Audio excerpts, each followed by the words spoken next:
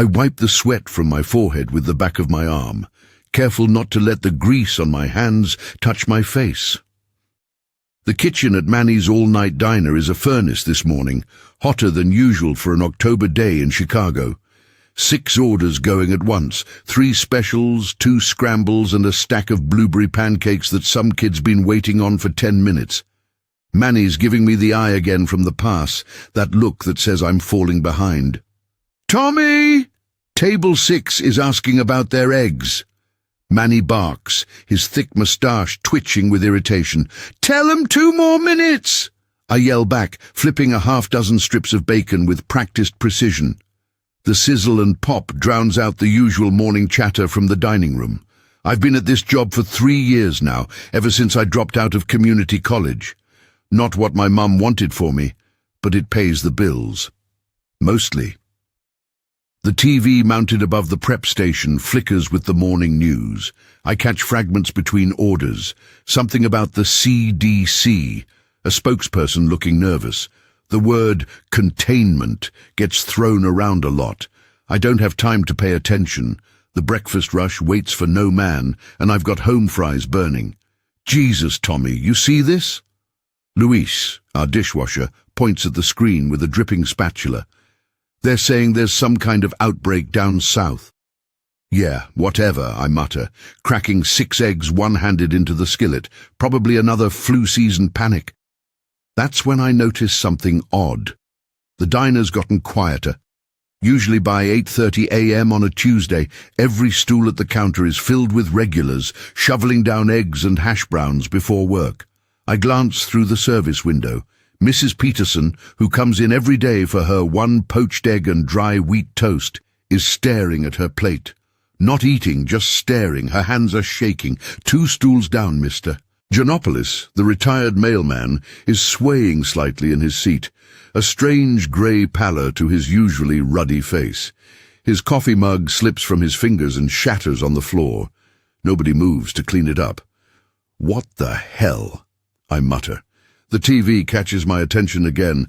The CDC spokesman is gone, replaced by chaotic footage of what looks like a riot outside a large government building. The caption reads, "Live Situation unfolding at CDC headquarters, Atlanta." People are running, screaming. The camera jerks wildly, then focuses on the building, where flames are visible from several windows. A reporter's voice tight with panic. "Unprecedented situation. Reports of violent attacks. Authorities advising residents to remain." The broadcast cuts to static. "Hey, Tommy." It's Sheila, our senior waitress, her voice unusually tight. "I think something's wrong with the customers." I lean further out the service window. Mrs. Peterson has stood up now, still staring at nothing. Her movements are jerky, mechanical. Mr. Giannopoulos is making a low, guttural sound deep in his throat. At the far booth, a businessman in a suit is bleeding from his nose and ears, his skin ashen. "Maybe we should call an ambulance," I suggest, the eggs in front of me now forgotten and starting to burn. That's when Mrs. Peterson lunges across the counter and grabs Sheila by the hair. The old woman shouldn't have that kind of strength, but she yanks Sheila's head forward with such force that I hear the crack of Sheila's forehead against the countertop. Blood sprays across the surface. Holy shit! I drop the spatula, moving toward the door that separates the kitchen from the dining area. Before I can reach it, Mr. Giannopoulos is on his feet too. He grabs the man sitting next to him, a truck driver who stopped in for coffee, and bites down on his neck. Not a playful bite, not even an angry bite. He tears a chunk of flesh away, blood spurting in an arc across the linoleum floor. The screaming starts all at once. Customers scramble from their seats, knocking over chairs and tables. The businessman from the booth has collapsed onto the floor, convulsing. Mrs. Peterson is still holding Sheila, who's stopped struggling. The side of Sheila's face is pressed against the counter, blood pooling beneath her. Her eyes are open, staring at me, pleading. What the fuck is happening? Luis appears beside me, his apron soaked from the dishwasher. I don't have an answer. All I know is that in the span of maybe 30 seconds, Manny's all-night diner has transformed from a normal breakfast spot to something out of a horror movie. Manny appears from his office at the back, his face contorted in confusion. "What the hell is all the—" His words cut off as he sees the chaos in the dining room. "Jesus Christ! Someone call 911!" But it's already too late for that. Mrs. Peterson has released Sheila, who slumps to the ground. The old woman's mouth is smeared with blood, Sheila's blood, and she turns her milky, unfocused eyes toward us in the kitchen. The truck driver who was bitten is on the ground now, his body twisting unnaturally as Mr. Giannopoulos moves on to another victim. "We need to get out of here," I say, grabbing Luis by the arm. "Something's very wrong." Manny is already on the phone, shouting into it, his voice rising in panic. "There's people attacking each other. We need police, ambulances, everyone." I hear the tinny voice on the other end of the line. "All emergency services are currently experiencing high call volumes. Please remain indoors and away from infected individuals. Do not approach anyone displaying symptoms of—" The bell above the entrance door jingles as 3 more people stumble in from the street. Their movements are wrong, jerky, uncoordinated. One of them, a woman in jogging clothes, has what looks like a bite taken out of her shoulder, the wound gaping and wet with fresh blood. "Lock the door!" I shout to no one in particular, but it's too late. The new arrivals immediately lunge at the nearest customers, who are still trying to flee. Luis grabs a knife from the prep station. "Manny, we gotta go, man!" But Manny is frozen, the phone still pressed to his ear, watching as his diner transforms into a slaughterhouse. I see the moment when his brain can't process it anymore. His eyes go blank, his mouth hangs open. I grab him by the shoulder. "Manny! We need to get out the back, now!" A crash from the dining room draws my attention. Mrs. Peterson has climbed over the counter and is crawling toward us, her movements spider-like, inhuman. Her eyes are clouded over, yellowish, and the skin around her mouth is torn where she bit into Sheila. Luis doesn't hesitate. He plunges the knife into Mrs. Peterson's eye socket. She doesn't scream, doesn't even flinch, just keeps coming, the handle of the knife protruding from her face like some grotesque antenna. "Fuck!" Luis stumbles backward, colliding with me. "That's not possible!" I pull him toward the back door, dragging Manny along with us. My mind is racing, trying to make sense of what I'm seeing. It's like every zombie movie I've ever watched is playing out in front of me, but this is real. The blood, the screams, the inhuman strength of these things, whatever they are. We burst through the back door into the alley behind the diner. The morning air is cool on my sweat-slicked skin. I can hear sirens in the distance, lots of them, coming from all directions. "My car's around front," Manny says, finally seeming to snap out of his daze. "No way we're going back through there," I say. "We need to find another way out." That's when I notice the alley isn't empty. A garbage collector lies sprawled next to his truck, his throat torn open. Standing over him is a mail carrier, her uniform soaked in blood, her movements those of a marionette with half its strings cut. "This way," I whisper, pulling Luis and Manny toward the opposite end of the alley. We make it about 10 feet before the mail carrier's head snaps up, nostrils flaring. She sees us and lets out a sound that's not quite human, a high-pitched whine that makes my skin crawl. Then she's coming toward us, faster than she should be able to move with that awkward gait. Manny breaks away from me, running back toward the diner's rear entrance. "I'm getting my car keys!" "Manny, don't!" I shout, but he's already yanked open the door. Mrs. Peterson is there waiting, along with 2 others. They fall on Manny like wolves on a wounded deer. His scream cuts through the air, then gurgles into nothing as they tear into him. "Run!" I grab Luis, and we sprint toward the end of the alley, the mail carrier in pursuit. We emerge onto Damen Avenue, and the full scale of what's happening hits me like a physical blow. Cars are crashed into storefronts and each other. People are running in all directions, and interspersed among them are the others, the infected, attacking anyone they can catch. A police car screams past us, lights flashing, only to crash into an overturned delivery truck a block down. The officer inside doesn't emerge. "What do we do?" Lewis asks, his voice trembling. He's still holding the knife, now slick with Mrs. Peterson's black blood. I scan the street, trying to think. My apartment is 15 blocks from here. My car is in the shop, again. The L train might still be running, but the nearest station would take us through what looks like a war zone. "We need somewhere safe," I say, more to myself than to Louise. "Somewhere we can figure out what's happening." A scream from behind us. The mail carrier has emerged from the alley. She spots us, and that inhuman wail rises from her throat again.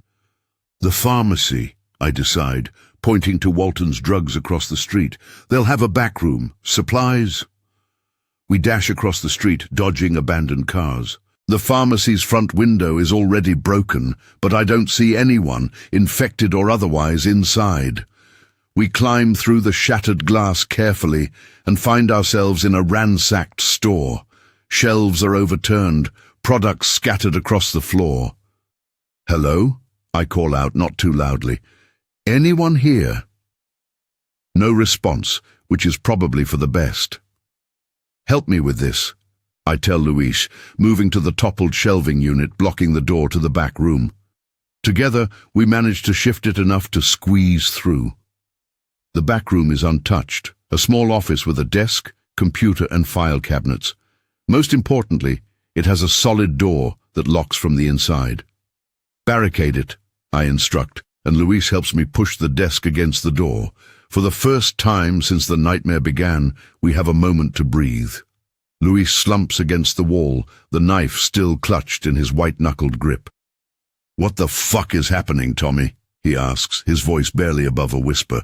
I shake my head, my hands trembling as the adrenaline begins to ebb. "I don't know. Some kind of infection. Did you see how fast it spread? Mrs. Peterson was fine 1 minute then." I can't finish the thought. The computer on the desk is still on. I wiggle the mouse and the screen comes to life, showing a local news website. The headline makes my stomach drop. "Nationwide emergency. Unknown pathogen causing violent behavior." I click on the article, scanning it quickly. Reports of a similar situation unfolding in multiple cities across the country. The CDC headquarters attacked and partially destroyed. Rumors that it started at a classified research facility in Nevada, the military mobilizing. A recommendation to stay indoors, away from infected individuals. "They're saying it's some kind of disease," I tell Louise, "started at a research facility out west." "Like Area 51? Louise asks, and in any other circumstance I might have laughed at him for buying into conspiracy theories. Not now. "Maybe," I admit. "Says here the first cases were reported near Las Vegas 3 days ago." 3 days. How could something spread so fast in 3 days? I think about Mrs. Peterson. How quickly she changed from a sweet old lady into whatever she became. A crash from the front of the store jolts us both upright. Someone or something is moving around out there. "We should find weapons," I whisper to Louis, eyeing the knife in his hand. "One small blade won't be enough if we're swarmed. The office doesn't offer much. A letter opener, a heavy stapler, a fire extinguisher that might buy us a few seconds of distraction." I take them all, sliding the letter opener into my belt and gripping the fire extinguisher like a club. "What's the plan?" Louis asks, his eyes never leaving the barricaded door. I don't have one, not really. I'm a line cook, not a survival expert. All I know is that we need to get somewhere truly secure, with food, water and protection. "My sister's place," I say suddenly. "Melissa lives in one of those fancy high-rises downtown. Security desk, keycard access, emergency generators. If we can get there." Louis nods, relief washing over his face at having a destination. "How far?" 3 miles, maybe 4. In normal circumstances, an easy trip. Now, it might as well be across the country. Another crash from the store, Closer this time, the scrape of something heavy being dragged across the floor.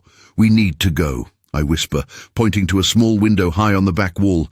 Through there, Luis gives me a boost, and I punch out the glass with the fire extinguisher.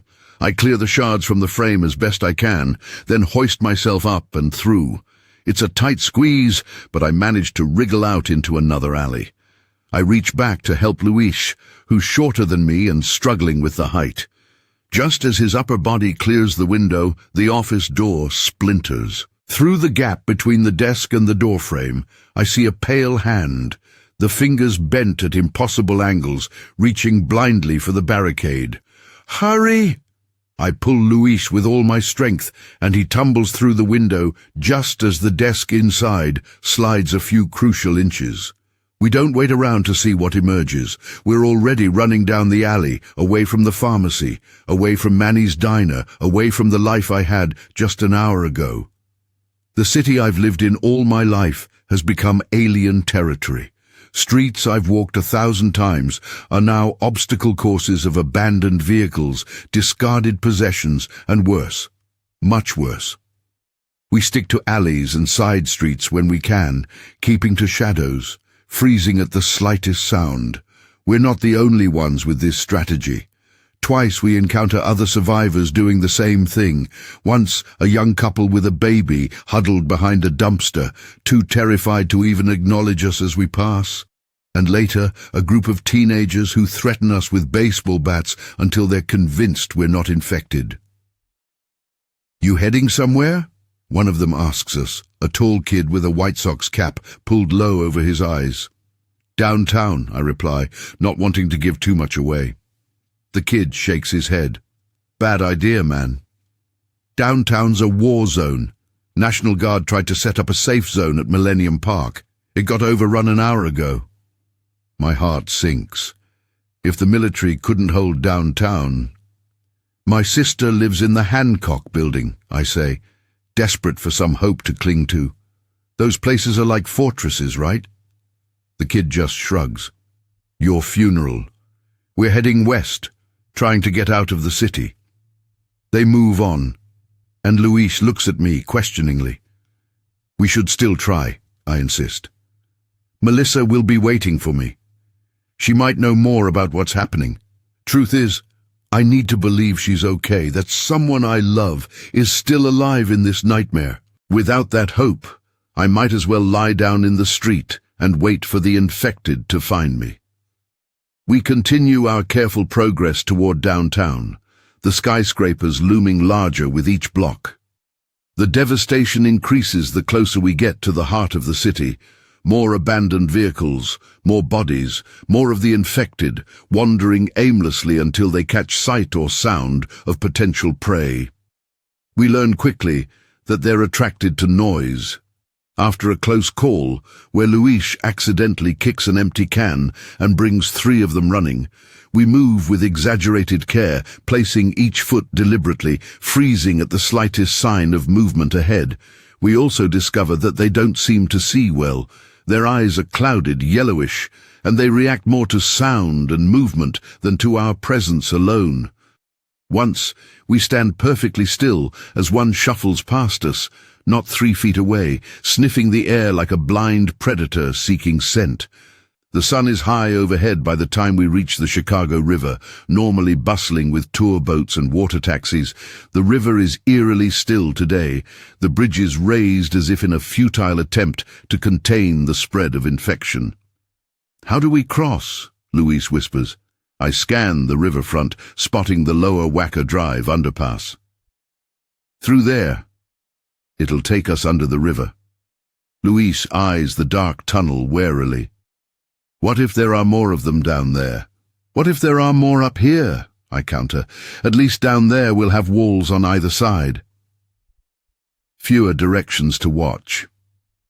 He nods reluctantly, and we make our way down the ramp into the shadowy world of Lower Wacker.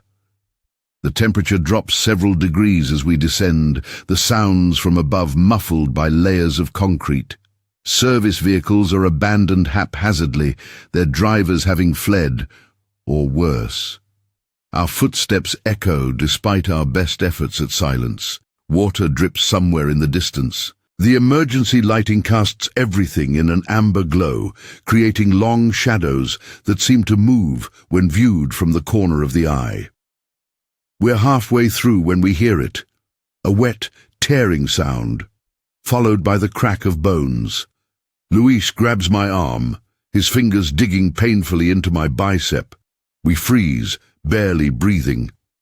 Around the corner ahead, illuminated by a single functioning light, a group of the infected are hunched over someone, on the ground. Their backs are to us, but the rhythmic movement of their shoulders and the sounds of feeding are unmistakable. "Back," I mouth silently to Luis, and we begin to retreat, one careful step at a time. Then Luis's foot comes down on a plastic water bottle someone dropped. The crunch seems as loud as a gunshot in the enclosed space. The feeding stops. As one, the infected turn toward the sound, toward us. There are 5 of them, their faces and fronts drenched in fresh blood, chunks of flesh caught in their teeth and nails. The one in the center, a woman in the remains of a business suit, tilts her head like a curious dog, then lets out that now familiar high-pitched wail. "Run!" I shove Luis back the way we came, no longer caring about noise. We sprint through the tunnel, the infected close behind. They're fast, faster than they should be given their jerky, uncoordinated movements. I can hear their ragged breathing, the slap of their feet on the concrete. Ahead, a service door stands ajar. I yank it open wider as we approach, pushing Luis through ahead of me. I follow, pulling the heavy metal door shut just as the first of our pursuers reaches it. There's no lock, so I brace my body against it, feeling the impact as they slam against the other side. We're in a maintenance corridor, dimly lit by emergency lighting. It stretches in both directions, featureless concrete walls broken only by similar metal doors every 30 feet or so. "Which way?" Luis pants, bent over with his hands on his knees. The door bulges behind me as another body slams into it. I won't be able to hold it for long. "There!" I point to a sign on the wall. "Emergency exit to Upper Wacker." We race down the corridor, the sound of the door finally giving way behind us, spurring us faster.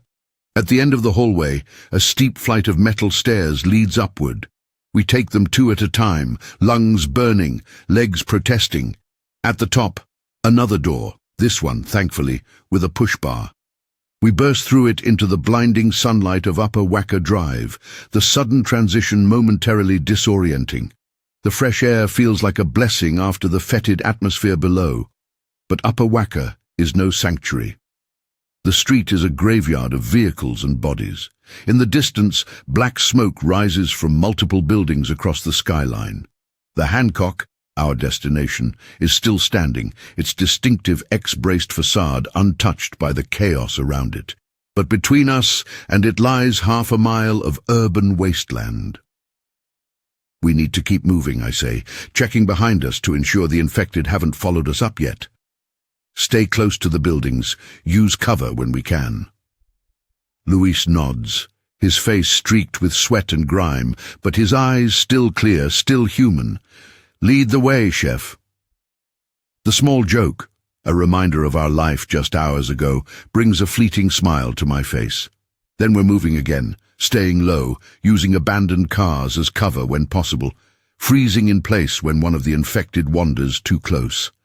We're making good progress when the sound of helicopters draws our attention skyward. 3 military choppers streak overhead, heading toward the lake. Moments later, we hear the distinctive rattle of heavy machine gun fire. "The military's still fighting," Luis says, a note of hope in his voice. "Maybe they'll get this under control." I'm less optimistic. If the infection has spread as widely as it seems, even the military might be overwhelmed. But I keep that thought to myself. Maybe all the more reason to get to the Hancock. If they're setting up evacuation points, a landmark like that would be an obvious choice. We press on, our progress slowing as we encounter larger groups of the infected. They seem to be everywhere now, wandering aimlessly until something, a sound, a movement, perhaps even a smell, attracts their attention. Then they become single-minded predators, relentless in their pursuit. We're forced to detour several times, once spending nearly 20 minutes hiding in the back room of a looted convenience store, while a pack of at least 30 infected mill around outside, drawn by something we can't see. It's late afternoon by the time the Hancock building looms directly ahead of us. Just one more block. The plaza in front of the building is relatively clear, a few abandoned cars, some scattered belongings, but no immediate threats that I can see. "We made it," Luis breathes, relief evident in his voice. But as we step into the plaza, I feel a growing sense of unease. The massive glass doors of the building's lobby are intact, but beyond them, I can see no movement, no lights. The security desk is unmanned. "Something's wrong," I murmur, slowing my pace. That's when I notice the bodies. Not moving about like the infected, but truly still. Sprawled across the marble floor of the lobby, visible through the glass. Dozens of them, residents who never made it to the supposed safety of their apartments. "Oh God," Luis whispers. "You don't think your sister—" I shake my head, unwilling to entertain the possibility. "Melissa lives on the 52nd floor. She would have stayed put. That's what they were telling everyone to do on the news. Stay inside. Lock your doors." We approach the entrance cautiously. The doors slide open automatically. The building still has power, at least. The smell hits us immediately, copper and rot, the unmistakable odor of violent death. The lobby is worse than it appeared from outside. The bodies are everywhere, contorted in their final moments of terror. Blood has pooled and dried on the marble floor, creating dark islands around each victim. Most show the same pattern of wounds, throat, face and abdomen torn open. "The elevators," I say, forcing myself to focus on our goal rather than the carnage around us. "We need to get to the 52nd floor." We pick our way through the lobby, trying not to look too closely at any of the faces. I'm terrified I'll recognize my sister among them, even though logic tells me she would have had no reason to come down to the lobby if she was safely in her apartment when everything started. The elevator bank is around the corner from the main lobby. 4 sets of doors, all closed. I press the up button, and to my surprise, the indicator lights come on. One of the elevators is on the 30th floor, slowly descending. "Should we wait?" Luis asks nervously, glancing back toward the lobby. What if something's in it? He has a point. "The stairs," I decide. 52 flights is going to be hell, but at least we control who we encounter. The stairwell door is marked with an emergency exit sign. I push it open carefully, listening for any sounds from within. The stairwell is dimly lit by emergency lighting, stretching up farther than I can see. "All clear," I whisper, holding the door for Luis. We begin our ascent, the magnitude of the task ahead of us only now becoming apparent. 52 floors. In a normal building, that would be challenging enough. In the Hancock, with its extra tall ceilings, it's going to be brutal. By the 10th floor, we're both breathing hard. By the 20th, my legs are burning, and Luis has fallen several steps behind. We take brief rests every 10 floors, listening intently for any sounds from above or below. It's during one of these rests, around the 30th floor, that we hear it, a door opening somewhere above us, followed by the shuffling of multiple feet. "Quiet," I breathe, pressing myself against the wall. The sounds grow louder. Someone or something is descending the stairs toward us. More than one, based on the echoing footsteps. I gesture to Luis, pointing to the door to the 30th floor. He nods, understanding. We can't go up, not with unknown threats coming down. Our only option is to exit the stairwell and find another way up. I ease the door open, wincing at the slight creak of the hinges. We slip through onto the 30th floor, carefully closing the door behind us. We find ourselves in a residential hallway, plush carpeting muting our footsteps. The emergency lighting is functioning here too. casting everything in that same amber glow we experienced in the lower Wacker tunnel. Apartment doors line both sides of the corridor, all closed. "Now what?" Luis whispers. "Find another stairwell." I nod, trying to recall the building's layout from my visits to Melissa's apartment. There should be a service stairwell at the other end of the floor. Residents don't usually use it, but it goes all the way up. We move down the hallway cautiously, passing door after door. I try not to think about what might be behind them, residents who succumbed to the infection, now trapped in their luxury apartments, or worse, roaming freely, waiting for fresh prey. The hallway seems to stretch forever.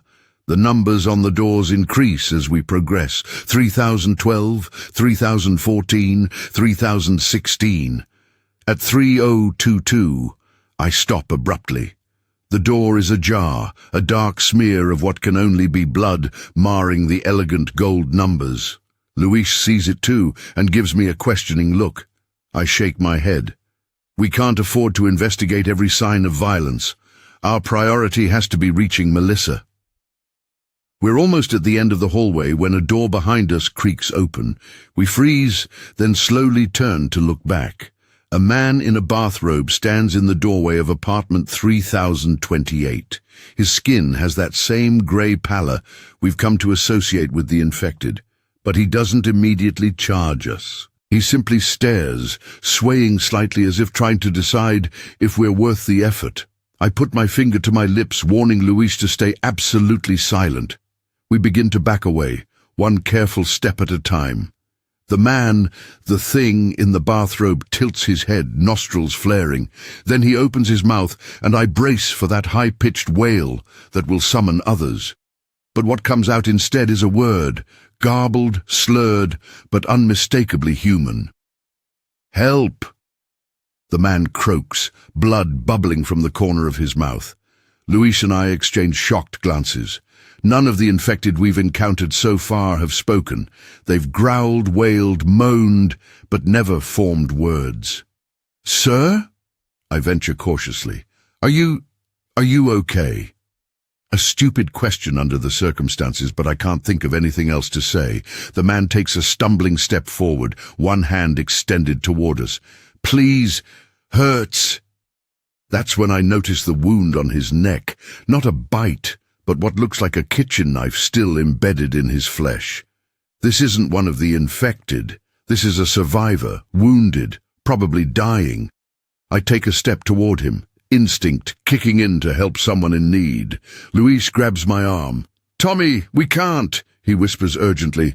"We don't have medical supplies. We can't help him, and he'll slow us down. He's right, and I hate that he's right." "I'm sorry," I call to the man, loud enough for him to hear, but hopefully not loud enough to attract attention from the stairwell. "We have to keep moving. Is there someone we can tell? If we find help?" The man makes a gurgling sound that might be a laugh. "No help coming," he manages. "They bombed downtown." A chill runs down my spine. "Bombed? Who bombed downtown?" "Military." The man slurs, his legs giving way beneath him.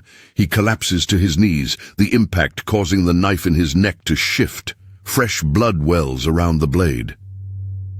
Trying to contain, I want to go to him, to at least ease his passing, but Luis's grip on my arm tightens. "We need to go," he insists. "Now!" The sound of a door slamming in the stairwell decides for me. Whatever was coming down the stairs has reached this floor. We need to move. "I'm sorry," I say again to the dying man, then turn and hurry toward the end of the hallway, Luis right behind me. We round the corner and find what we're looking for, a utilitarian door marked "Service Stairs, Authorized Personnel Only." I push it open, relieved to find it unlocked, and we slip inside just as the stairwell door at the other end of the hallway bangs open. The service stairs are narrower than the main stairwell, the lighting even dimmer. We climb as quickly and quietly as we can, the urgency of our situation lending us energy despite our exhaustion. 22 more floors to go. We don't speak, saving our breath for the climb. But I can tell Luis is thinking the same thing I am. Did the military really bomb downtown Chicago? And if so, how much time do we have before they decide the Hancock needs the same treatment? The climb seems endless, each landing bringing only the dispiriting sight of more stairs stretching upward. My lungs burn, my legs tremble with fatigue, but we push on, the thought of Melissa waiting, hopefully waiting, driving me forward. At the 40th floor, we pause to catch our breath. Luis leans against the wall, his face slick with sweat, his breathing ragged. Almost there, I encourage him, though I'm equally exhausted. Just 12 more floors. He nods, too winded to speak, and pushes himself off the wall to continue the climb. We reach the 52nd floor landing and stand before the door, gathering ourselves for whatever might lie on the other side. I'm lightheaded from the exertion, my heart pounding so hard I can feel it in my fingertips. "Ready?" I ask Luis, who gives me a thumbs up, still panting. I push the door open slowly, peering around it before stepping out. The 52nd floor hallway is identical to the 30th, with the same plush carpeting and elegant apartment doors, but unlike the 30th, this hallway is pristine, no blood smears, no signs of violence or panic. "Which apartment?" Luis whispers. 5212, I reply, moving down the hallway with renewed purpose. Each step brings me closer to Melissa, to the one person in this nightmare that I desperately need to be alive. Apartment 5212 is near the middle of the hallway. I stand before the door, suddenly hesitant. What if she's not here? What if she is? But she's one of them now. Luis senses my uncertainty and places a hand on my shoulder. "Only one way to find out," he says gently. I nod and raise my hand to knock, then think better of it. If Melissa is here and okay, a knock will alert her. But if she's not, or if something else is in her apartment, I don't want to announce our presence. Instead, I try the handle, locked, of course. "Melissa keeps a spare key," I tell Luis, kneeling to feel along the bottom of a decorative table opposite her door. My fingers find what I'm looking for. A small magnetic key box attached to the underside of the table. The key slides into the lock smoothly, and I turn it with a satisfying click. I push the door open cautiously, listening for any sounds from within. "Melissa," I call softly. "It's Tommy." No response. The apartment is silent. I step inside, Luis close behind me. The lights are off, but late afternoon sunlight streams through the floor-to-ceiling windows, illuminating Melissa's stylish living room. Everything looks normal, untouched, no signs of struggle or hasty departure. "Melissa," I call again, louder this time, moving toward the bedroom. The bedroom door is closed. I pause before it, steeling myself for what I might find. Luis hangs back, giving me space for what we both know could be a devastating discovery. I turn the handle and push the door open. The room is empty. The bed is neatly made, just as Melissa always keeps it. Her phone sits on the nightstand, still plugged into the charger. On the dresser, her keys and wallet lie where she must have placed them last night before all of this began. "She's not here," I say, the words hollow in my throat. Luis joins me in the doorway. Maybe she left. Evacuated with others from the building? I shake my head, gesturing to the keys and phone. She wouldn't leave without those. And her wallet. A thought strikes me. Check the closet. See if her go bag is there. Melissa is a planner, always prepared. After a scare during a blackout last year, she put together what she called her go bag. A backpack filled with emergency supplies, enough to sustain her for 72 hours if she needed to evacuate. Luis moves to the closet and slides the door open. He rummages for a moment, then turns back to me, shaking his head. No backpack that I can see. A spark of hope ignites in my chest. She took it. She left prepared. My eyes scan the room again, looking for any clue to where she might have gone. Maybe she left a note? We search the apartment thoroughly but find nothing that indicates where Melissa might have gone. The refrigerator is still stocked, the pantry full. If she evacuated, she did it in a hurry, but with enough presence of mind to grab her emergency supplies. At least we have shelter, Luis points out, trying to find a silver lining. And food, water, we can rest, figure out our next move. He's right. After the day we've had, Melissa's apartment is a sanctuary, secure, well-stocked, and 52 floors above the chaos below. We can regroup, gather information, make a plan. I move to the windows that dominate the east wall of the living room.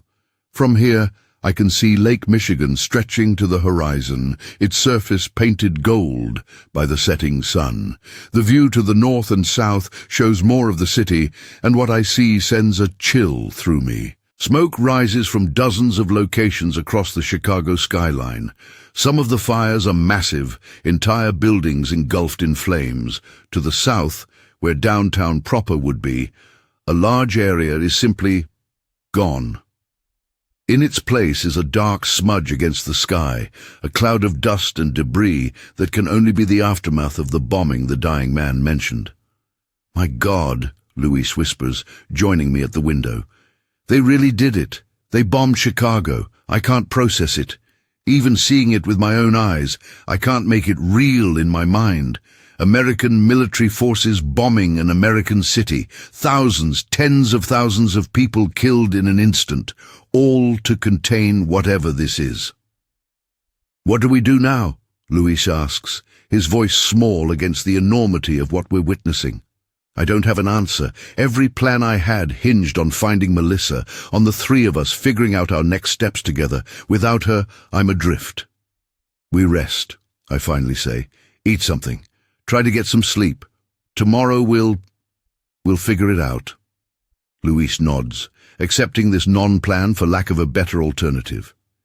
He moves away from the window, unable to bear the sight of our burning city any longer. I remain, watching as the sun continues its descent toward the horizon. In the gathering darkness, the fires stand out more starkly. Chicago is burning, and there's nothing I can do about it. I think about everyone I know in the city, my mother in her nursing home in Lincoln Park, my friends scattered across various neighborhoods, my co-workers at Manny's. How many of them are still alive? How many have become like Mrs. Peterson and Mr. Giannopoulos? How many were vaporized in that military strike? A movement on the street below catches my eye. Even from this height I can see them, the infected, moving in groups now. No longer the solitary hunters we encountered earlier. They flow through the streets like a dark tide, drawn to something I can't see from my vantage point. I turn away from the window, suddenly exhausted beyond measure. Luis has found his way to the kitchen and is examining the contents of Melissa's refrigerator. "We should eat while the food's still good," he says, pulling out a container of what looks like leftover pasta. "If the power goes out, all of this will spoil." He's right again. We need to think practically now. Food, water, rest, the basics of survival. Melissa's kitchen is well equipped. She loves to cook and entertain. Luis heats the pasta in the microwave, while I search the pantry for anything with a long shelf life that we might need if we have to leave quickly. I find granola bars, dried fruit, nuts, cans of soup and tuna. I stack them on the counter, taking inventory. We eat in silence, too tired and overwhelmed to make conversation. The pasta is good, some kind of creamy mushroom thing that Melissa probably made for a dinner party. It sits heavily in my stomach, the richness at odds with the day's horrors. After we eat, Luis volunteers to take first watch while I get some sleep. We've decided to take turns, not willing to both be unconscious at the same time. I don't think I'll be able to sleep despite my exhaustion, but the moment my head hits the pillow on Melissa's sofa, darkness claims me. I dream of running through endless corridors, pursued by shadowy figures with Mrs. Peterson's milky eyes. I dream of Melissa calling my name, but when I turn to find her, she's always just out of sight around the next corner. I dream of Chicago burning, the flames climbing higher than the tallest skyscrapers, consuming everything in their path. I wake with a start to Luis, shaking my shoulder. The apartment is dark except for a single lamp in the corner. "Your turn to watch," he says, his voice thick with fatigue. "It's about 2 a.m., I think. Been quiet." I nod, sitting up and rubbing my eyes. "Anything happening outside?" "Fires are still burning. Saw some helicopters a couple of hours ago, military ones. They were headed south. I stand, stretching muscles stiff from the day's exertions and the uncomfortable sleep on the sofa. "Get some rest. I'll wake you at dawn." Luis doesn't need to be told twice. He collapses onto the sofa I've just vacated, asleep almost instantly. I move to the window again, looking out at the nighttime cityscape. Chicago has always been beautiful at night, a galaxy of lights against the darkness. Now many of those lights are out, replaced by the angry orange glow of fires. The area to the south, the site of the bombing, is a black hole in the city's fabric, utterly dark. I watch for movement on the streets below, but at this hour and from this height, I can't make out individual figures. The city seems eerily still, as if holding its breath. My stomach growls, reminding me that one meal wasn't enough to make up for the day's energy expenditure. I head to the kitchen, trying to move quietly so as not to wake Luis. In the refrigerator, I find a block of cheese and some crackers in the pantry. I make myself a small plate and carry it back to my post by the window. As I eat, I try to form a plan. We can't stay here indefinitely, though Melissa's well-stocked pantry might sustain us for a week or more. But what then? The bombing of downtown suggests the military is taking drastic measures to contain the infection. Will they stop there, or is the rest of the city next? And what about Melissa? Where did she go? Is she safe? The questions circle in my mind, unanswerable. I'm startled from my thoughts by a flash of light from the south. For a moment, I think it's lightning, but the sky is clear. Then another flash, brighter than the first, and another, explosions, more bombing. I press my face to the glass, trying to gauge where the strikes are hitting. From this distance, it's hard to tell exactly, but it looks like the area around the United Center may be extending east toward the Loop. The military is expanding its containment zone. How far will they go? Will the Hancock be next? I pace the apartment, checking doors and windows, though I know we're secure for now. No infected could climb 52 floors, and the stairwell doors are heavy enough to withstand significant force.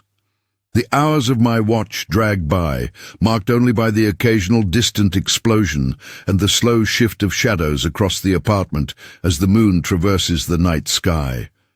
I think about Manny's diner, about my small apartment with its collection of second-hand paperbacks, and the guitar I never learned to play properly. I think about my mother, who might not understand what's happening because of her dementia. I think about all the normal things that made up my life just yesterday, now gone.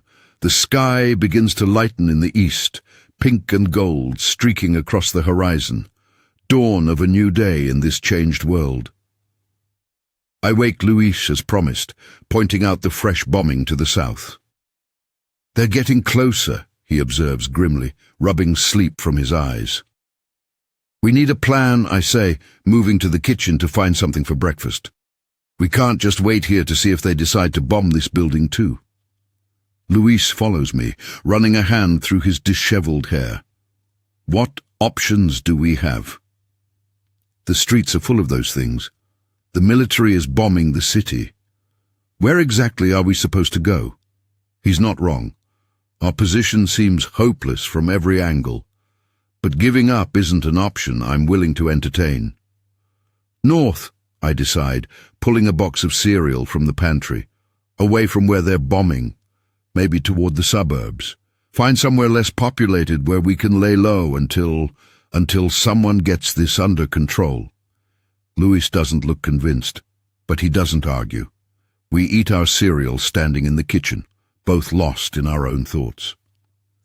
After breakfast, I dig through Melissa's closets, looking for anything that might be useful.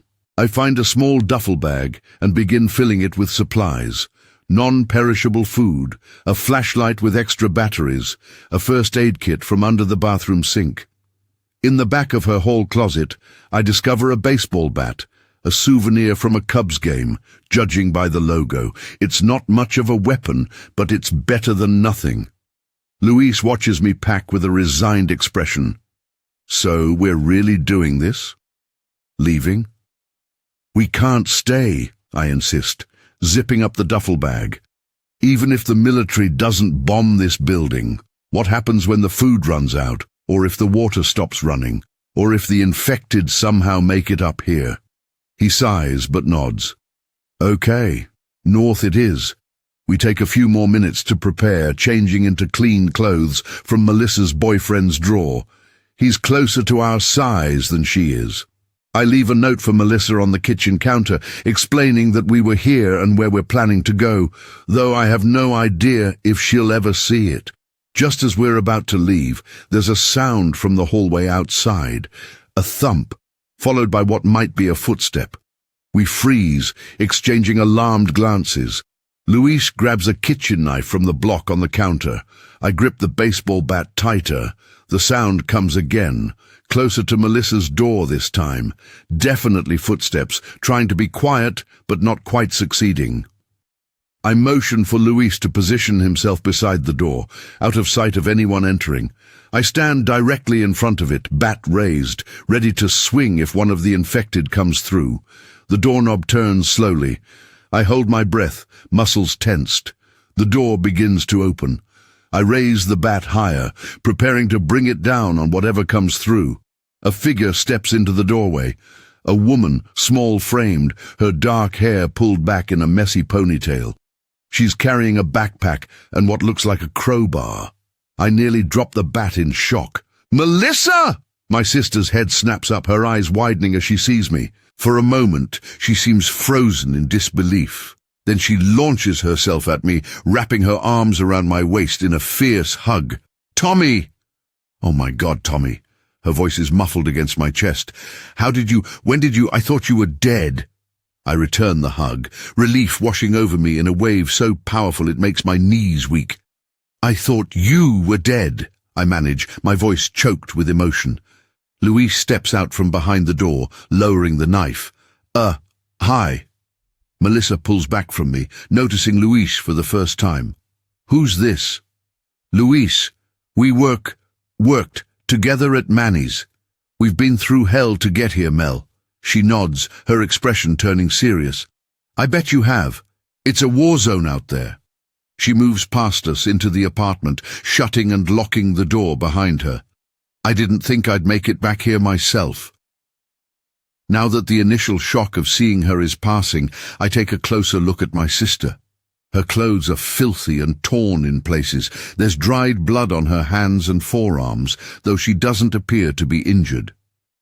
The crowbar she's carrying has dark stains along its length that I don't want to examine too closely. "Where were you?" I ask, as she drops her backpack onto the kitchen counter. "We found your place empty yesterday." Melissa's hands are busy unzipping her pack, pulling out supplies, bottled water, energy bars, a small first aid kit. "I was at work when it started. Financial district. We were on lockdown for hours, watching the news, seeing things get worse and worse. When they finally let us leave, it was chaos in the streets." She pauses, her movement slowing as she relives the memory. "I couldn't get back here. Too many of those things between me and the Hancock. I ended up holed up in a storage room at the Marshall Field building with a few others from my office. We thought we'd waited out there, but then we heard the bombing start." Louise and I exchange glances. "We saw it," I tell her. "Last night, and again this morning. They're moving north." Melissa nods grimly.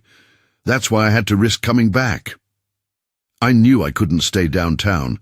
The military's expanding the containment zone block by block. Word is they're going to level everything south of the river by nightfall." "Word from who?" I ask, surprised she has access to this kind of information. National Guard units were evacuating people ahead of the bombing. One of the soldiers told us, said they were under orders to sanitize the financial district and everything south of it. She zips her pack closed again. I came back for more supplies. I've got a place we can go. Hope flares in my chest. A safe place? Where? Not in the city, she says, moving to the pantry and beginning to fill a reusable grocery bag with canned goods. My boyfriend Mark's family has a cabin in Wisconsin near Eagle River. It's isolated, well stocked. We were up there last month, and Mark made sure it was ready for winter. Firewood, propane, the works. Wisconsin is like 5 hours away, Louise points out. How do we get there with the city like this? Melissa turns, her expression determined. Mark works at the yacht club. He has a boat docked there, nothing fancy, but it'll get us up the lake to Wisconsin. From there we can find transportation inland. It's a plan, not a perfect one, but better than anything Louise and I had come up with. When do we leave? I ask, already knowing the answer. As soon as I've gathered what we need, Melissa replies, continuing to fill the grocery bag. The longer we wait, the more likely it is the military expands their bombing runs this far north. Louise and I help her gather supplies, filling 2 more bags with essentials: food, water, medication, warm clothes, anything that might be useful in the days or weeks ahead. As we work, Melissa fills us in on what she knows about the outbreak. Most of it aligns with what Louise and I have pieced together. It started somewhere out west, spread incredibly quickly, and overwhelmed emergency services within days. The infected aren't technically dead. Their hearts still beat, their lungs still draw breath, but something about the pathogen affects the brain, stripping away humanity and leaving only base instincts. Feed, pursue, kill.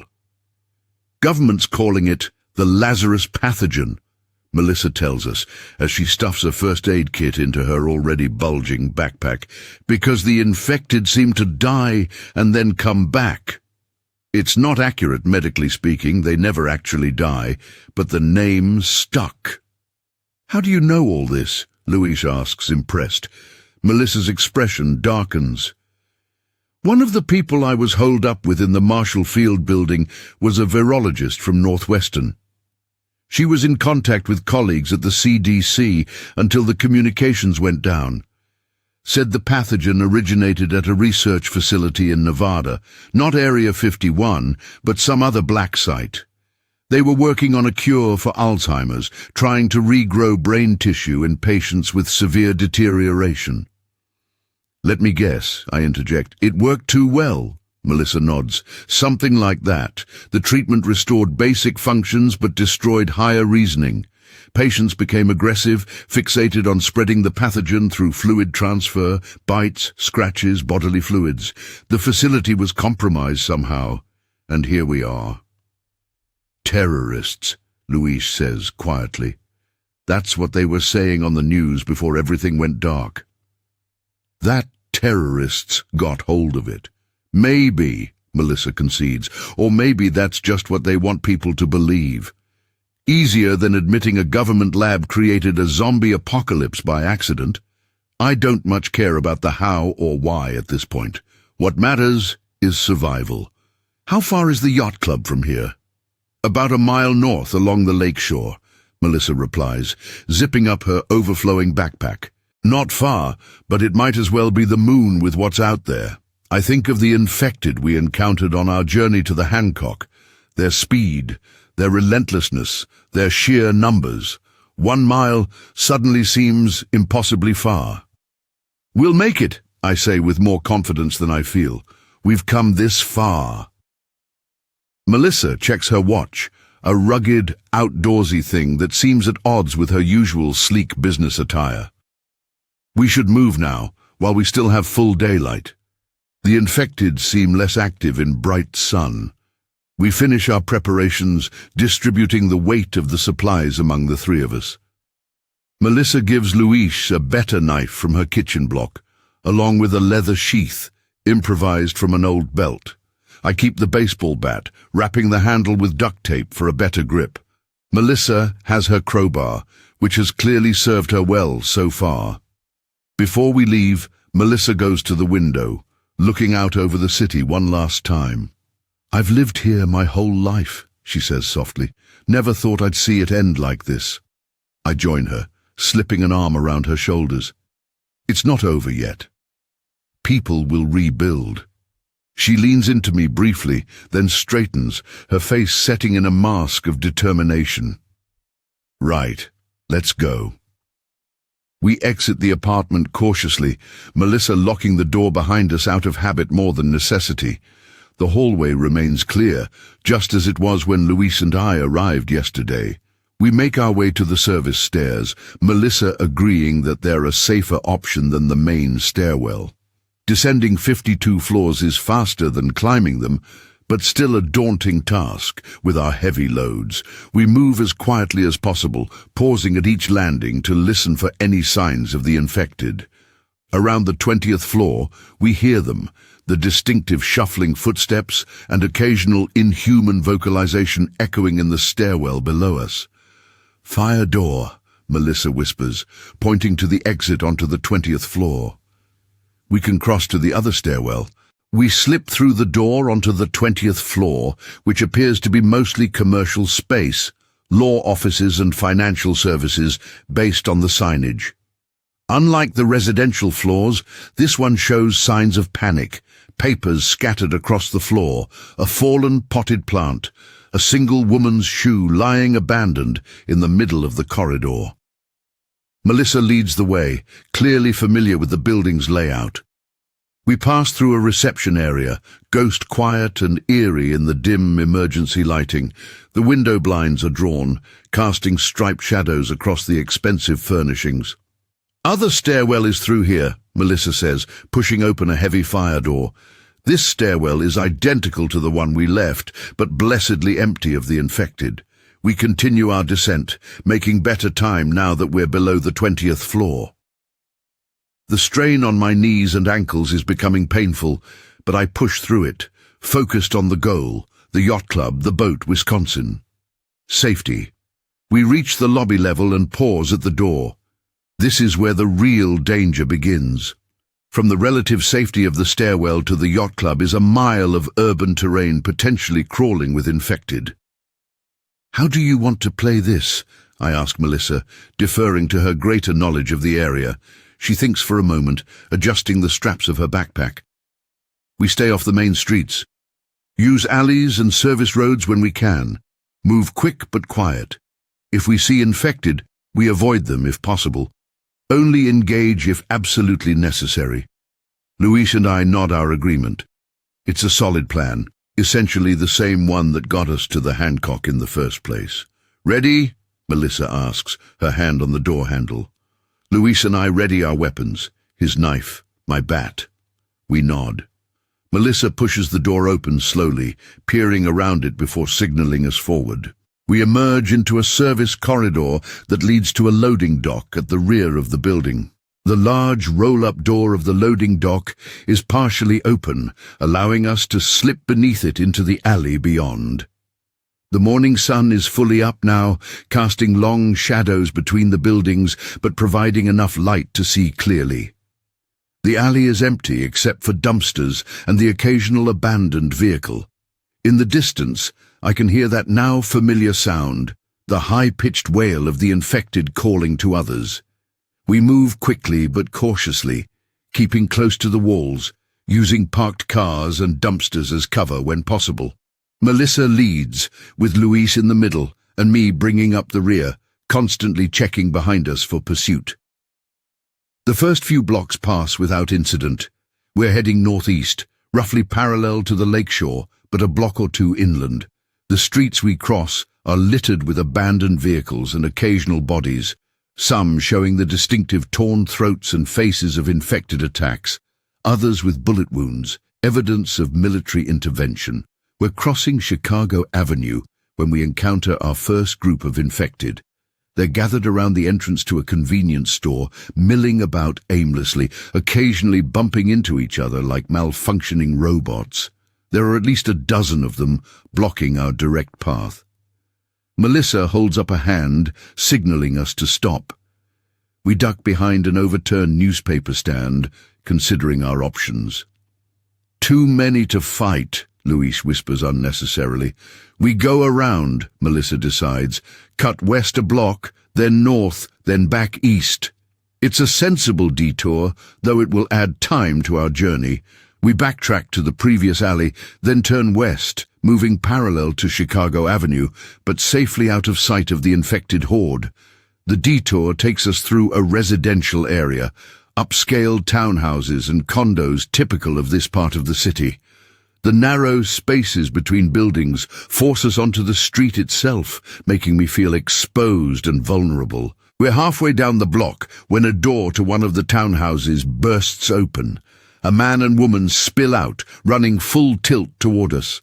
Behind them, 3 infected follow, moving with that unsettling combination of jerkiness and speed. The couple spots us. "Help!" the woman cries, veering in our direction. "Please!" Melissa raises her crowbar, ready to engage. Luis steps forward, knife at the ready. I adjust my grip on the baseball bat, heart pounding. "Behind the car!" I call to the couple, pointing to an abandoned SUV nearby. "Get behind it!" They follow my instruction, diving behind the vehicle. The infected, focused entirely on their initial prey, continue in their original trajectory, momentarily confused by the couple's disappearance. That confusion gives us our opening. Melissa strikes first, her crowbar connecting with the nearest infected's temple with a sickening crunch. The thing, a middle-aged man in what was once an expensive suit, crumples to the ground. The second infected turns toward the sound, giving me a clean shot at its head. I swing the bat with all my strength, connecting solidly. The impact reverberates up my arms, but the infected goes down hard, its skull clearly shattered. The third is on Luis before he can position himself properly. They go down in a tangle of limbs, the infected, a woman in a postal worker's uniform, snapping at his face. I rush forward, raising the bat for another swing, but I can't get a clear shot without risking hitting Luis. Melissa has no such hesitation. She brings the pointed end of her crowbar down on the back of the infected's neck with such force that it punches through skin and muscle, severing the spinal cord. The postal worker goes limp immediately. Luis shoves the body off him, scrambling backward, checking himself for bites or scratches. "I'm clean," he gasps. "I'm okay." The couple emerges from behind the SUV, wide-eyed and trembling. The man has his arm around the woman's shoulders, supporting her. "Thank you," he says, his voice shaking. We thought that was it. Now that the immediate danger has passed, I get a better look at them. They're young, maybe mid-20s. The man is tall and athletic-looking with short, dark hair. The woman is smaller, blonde, visibly pregnant. The sight of her rounded belly sends a chill through me. A new life, coming into this broken world. "Are you hurt?" Melissa asks them, already checking them for wounds or signs of infection.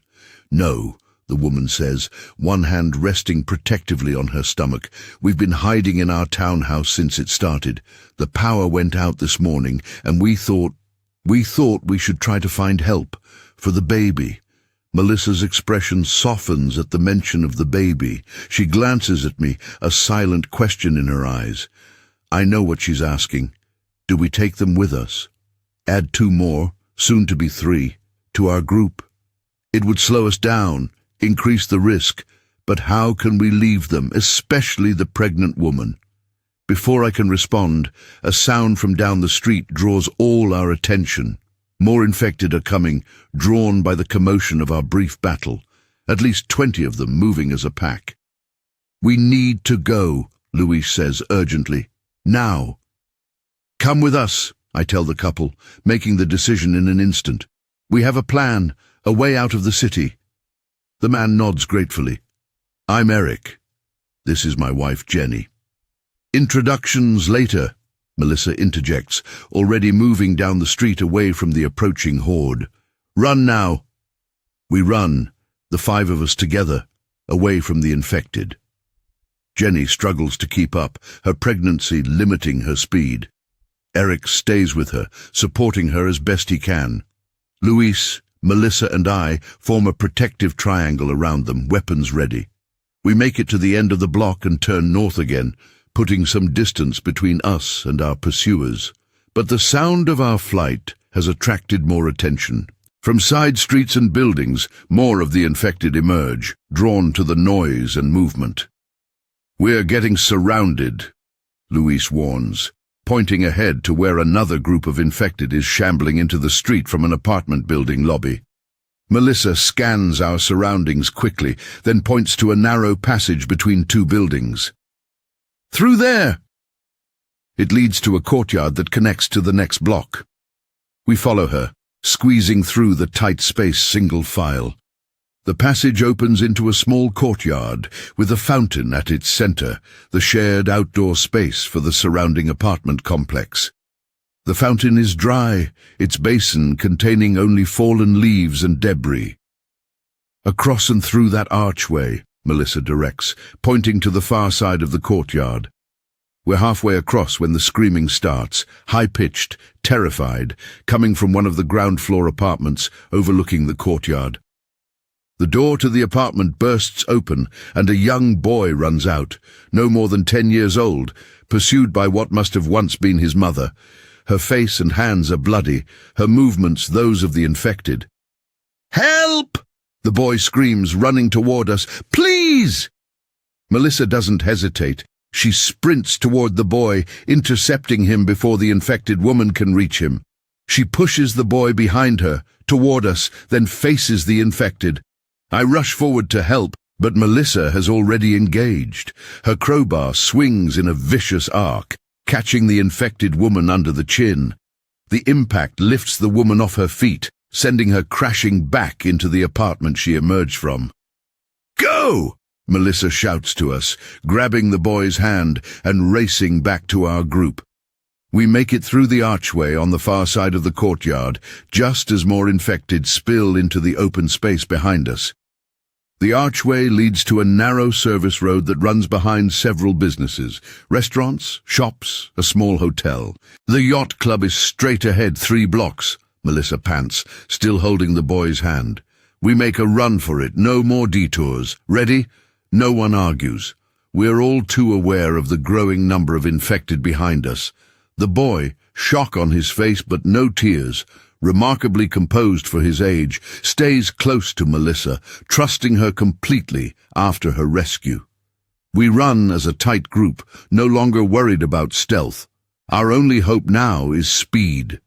Jenny struggles, her face red with exertion, but she doesn't complain, doesn't ask us to slow down. Eric supports her as much as he can without impeding her movement. The service road emerges onto Lakeshore Drive, normally one of the busiest thoroughfares in Chicago, but now a graveyard of abandoned vehicles. Ahead, I can see the blue expanse of Lake Michigan, and just beyond the road, the sprawling complex of the yacht club. "There," Melissa points, "that gate at the north end. It leads directly to the docks. We sprint across Lakeshore Drive, weaving between cars. The infected are still behind us, but we've opened up some distance. We might actually make it. The yacht club gate is locked, a heavy chain and padlock securing it. Melissa curses under her breath, fumbling in her pocket for something. "I thought you said your boyfriend works here," Luis says, nervously eyeing the approaching infected. "He does," Melissa replies, pulling out a small key ring. "But I didn't say I had a key to the gate." She tries one key, then another, her hands shaking with adrenaline. The infected are getting closer, maybe 100 yards away now, and closing fast. "Hurry!" I urge unnecessarily, positioning myself between her and the approaching horde, bat at the ready. "Got it!" Melissa exclaims, the padlock finally opening. She removes the chain quickly, pushing the gate open. "Everyone through!" Jenny and Eric go first, followed by the boy. Luis hesitates, looking at me. "Go," I tell him. "I'll hold them off while Melissa locks the gate again." He nods, slipping through the gap. I stand my ground as Melissa works to rethread the chain through the gate. The infected are closer now, the fastest ones only 50 yards away. "Done," Melissa says, snapping the padlock closed. "Let's move." We run down the dock access road, surrounded on both sides by boathouses and equipment sheds.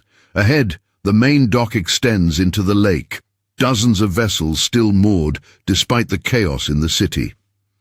"Which one?" I pant as we reach the waterfront. Melissa points to a modestly sized cabin cruiser near the end of the dock. "That one. The Serendipity."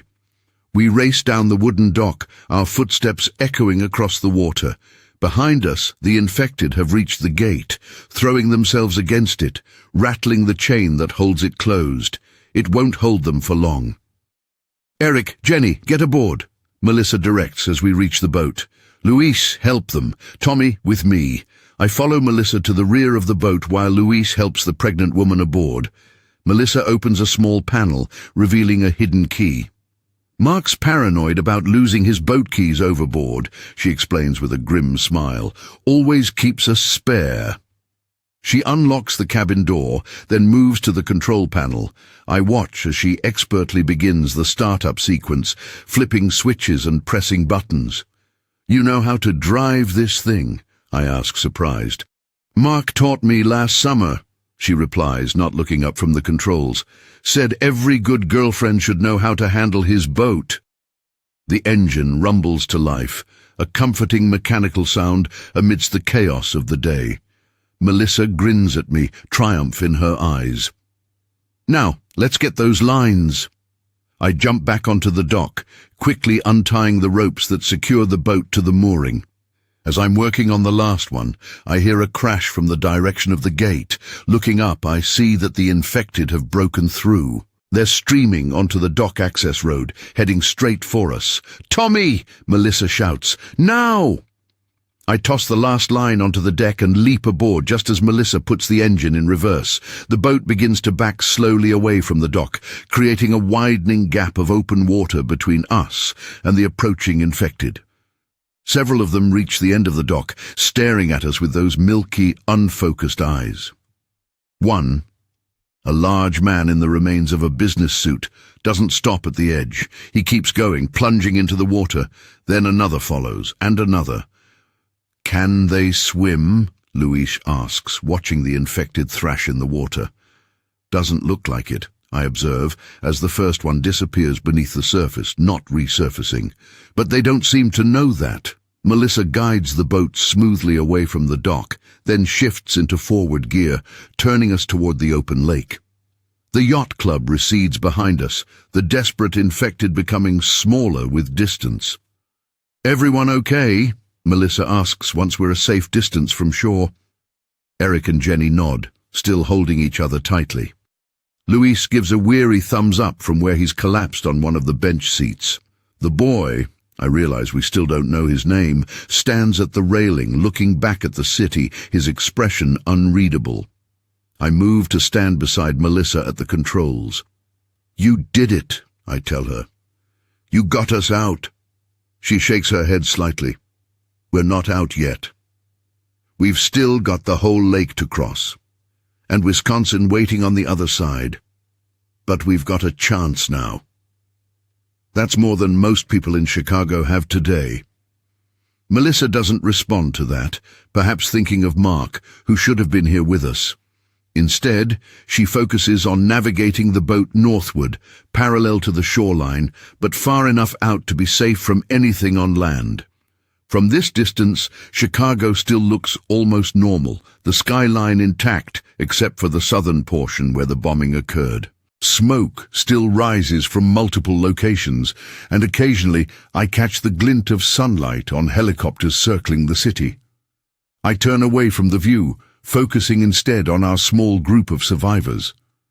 Eric has found a first aid kit and is tending to a scratch on Jenny's arm.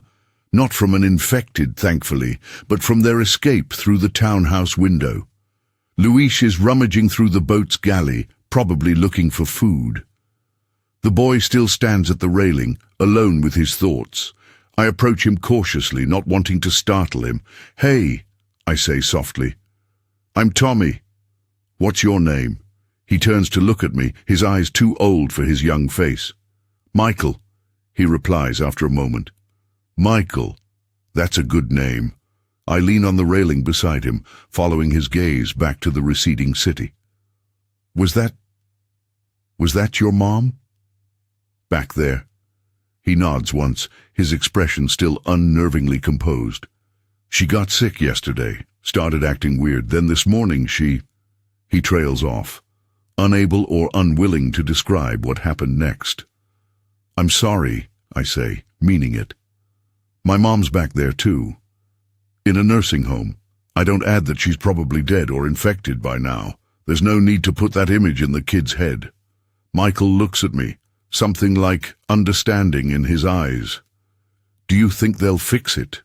Make everyone better?" I want to lie to him, to tell him that yes, of course they will, that the military or the CDC or someone will find a cure, reverse the infection, bring back all the people we've lost. But I can't form the words. After what I've seen, after watching the military bomb its own citizens, rather than try to save them, I don't have it in me to offer false hope. "I don't know, Michael," I say finally, "but we're going to be okay. We're going to take care of you." He nods, accepting this non-answer with the same stoicism he's shown since we found him. Then he asks the question I've been dreading. "Where are we going?" "Wisconsin," I reply, pointing north across the vast expanse of Lake Michigan. "My sister's boyfriend has a cabin there, somewhere safe." "Will there be other kids?" The question catches me off guard. I don't know. Maybe in the town nearby. Would you like that?" Michael considers this, then shrugs. "Maybe, if they're not sick." "They won't be," I assure him, hoping it's true. "The sick people are mostly in the cities. Where we're going is far away from cities." This seems to satisfy him. He turns back to the water, watching the waves created by our boat's passage. After a moment, he speaks again, his voice so low I almost miss it. "I'm glad you saved me." Something catches in my throat. "Me too, buddy," I manage. "Me too." I leave Michael to his thoughts and move back toward the others. Jenny is sitting now, her face pale with exhaustion. Eric hovers over her, concern evident in every line of his body. "Is she okay?" I ask Luis, who's found some crackers and bottled water in the galley and is distributing them. "Tired," Luis replies quietly. "Scared, but no injuries." He hands me a bottle of water. "How's the kid?" "Holding it together somehow." I twist the cap off the water and take a long drink, suddenly aware of how thirsty I am. "What about you?" "You okay?" Luis gives a hollow laugh. "Define okay." "I'm alive. Not infected. That's about all I can say for sure right now." I understand completely. None of us is really okay in any meaningful sense of the word. We're survivors, but that's all we are at this point. What comes next is still a giant question mark. I move to join Melissa at the controls, sipping my water. "How long to Wisconsin?" I ask. She glances at the GPS display mounted on the dashboard. "At this speed, about 5 hours to Kenosha. We'll need to stop there for fuel before continuing up the coast. 5 hours. It seems both incredibly long and impossibly short. In 5 hours, we'll be in another state, away from the immediate danger of infection and military bombing. But what will we find there? Has the infection spread to Wisconsin as well? Are we heading into another version of the same nightmare?" Melissa must read some of these questions on my face. "One step at a time," she says softly. "Get to Kenosha. Refuel. Reassess. That's all we can do right now." She's right, of course. Planning too far ahead is pointless in a world that's changed so completely in less than 24 hours. "You should rest," she adds, nodding toward one of the bench seats. "I'll wake you if anything happens." I want to argue, to insist on staying alert, but the truth is that exhaustion is crashing over me in waves. The adrenaline that kept me going through our escape from the city is ebbing. leaving behind a bone-deep weariness. "Wake me in an hour," I tell her. "You'll need a break too." She nods, though I suspect she has no intention of waking me so soon. I make my way to the nearest bench, stretching out as best I can on the narrow surface. Despite the hard cushion and awkward position, sleep claims me almost instantly. I dream of Manny's diner again, of the breakfast rush that will never end, of Mrs. Peterson staring at her plate with those milky eyes. I dream of my mother calling my name, but when I turn to find her, she has no face, just a bloody smear where her features should be. I dream of Chicago burning, the flames chasing us across the lake, licking at the sides of our boat. I wake with a start, to find the sun high overhead, the boat still cutting steadily through the waters of Lake Michigan. I check my watch. I've been asleep for nearly 3 hours, not the one I requested. Sitting up, I take stock of our situation. Luis is at the controls now, Melissa guiding him through the basics of piloting the boat. Jenny and Eric are huddled together on the opposite bench, both asleep, her head on his shoulder, his hand protectively covering her pregnant belly, even in sleep. Michael is inside the cabin, visible through the window, leafing through a boating magazine he must have found there.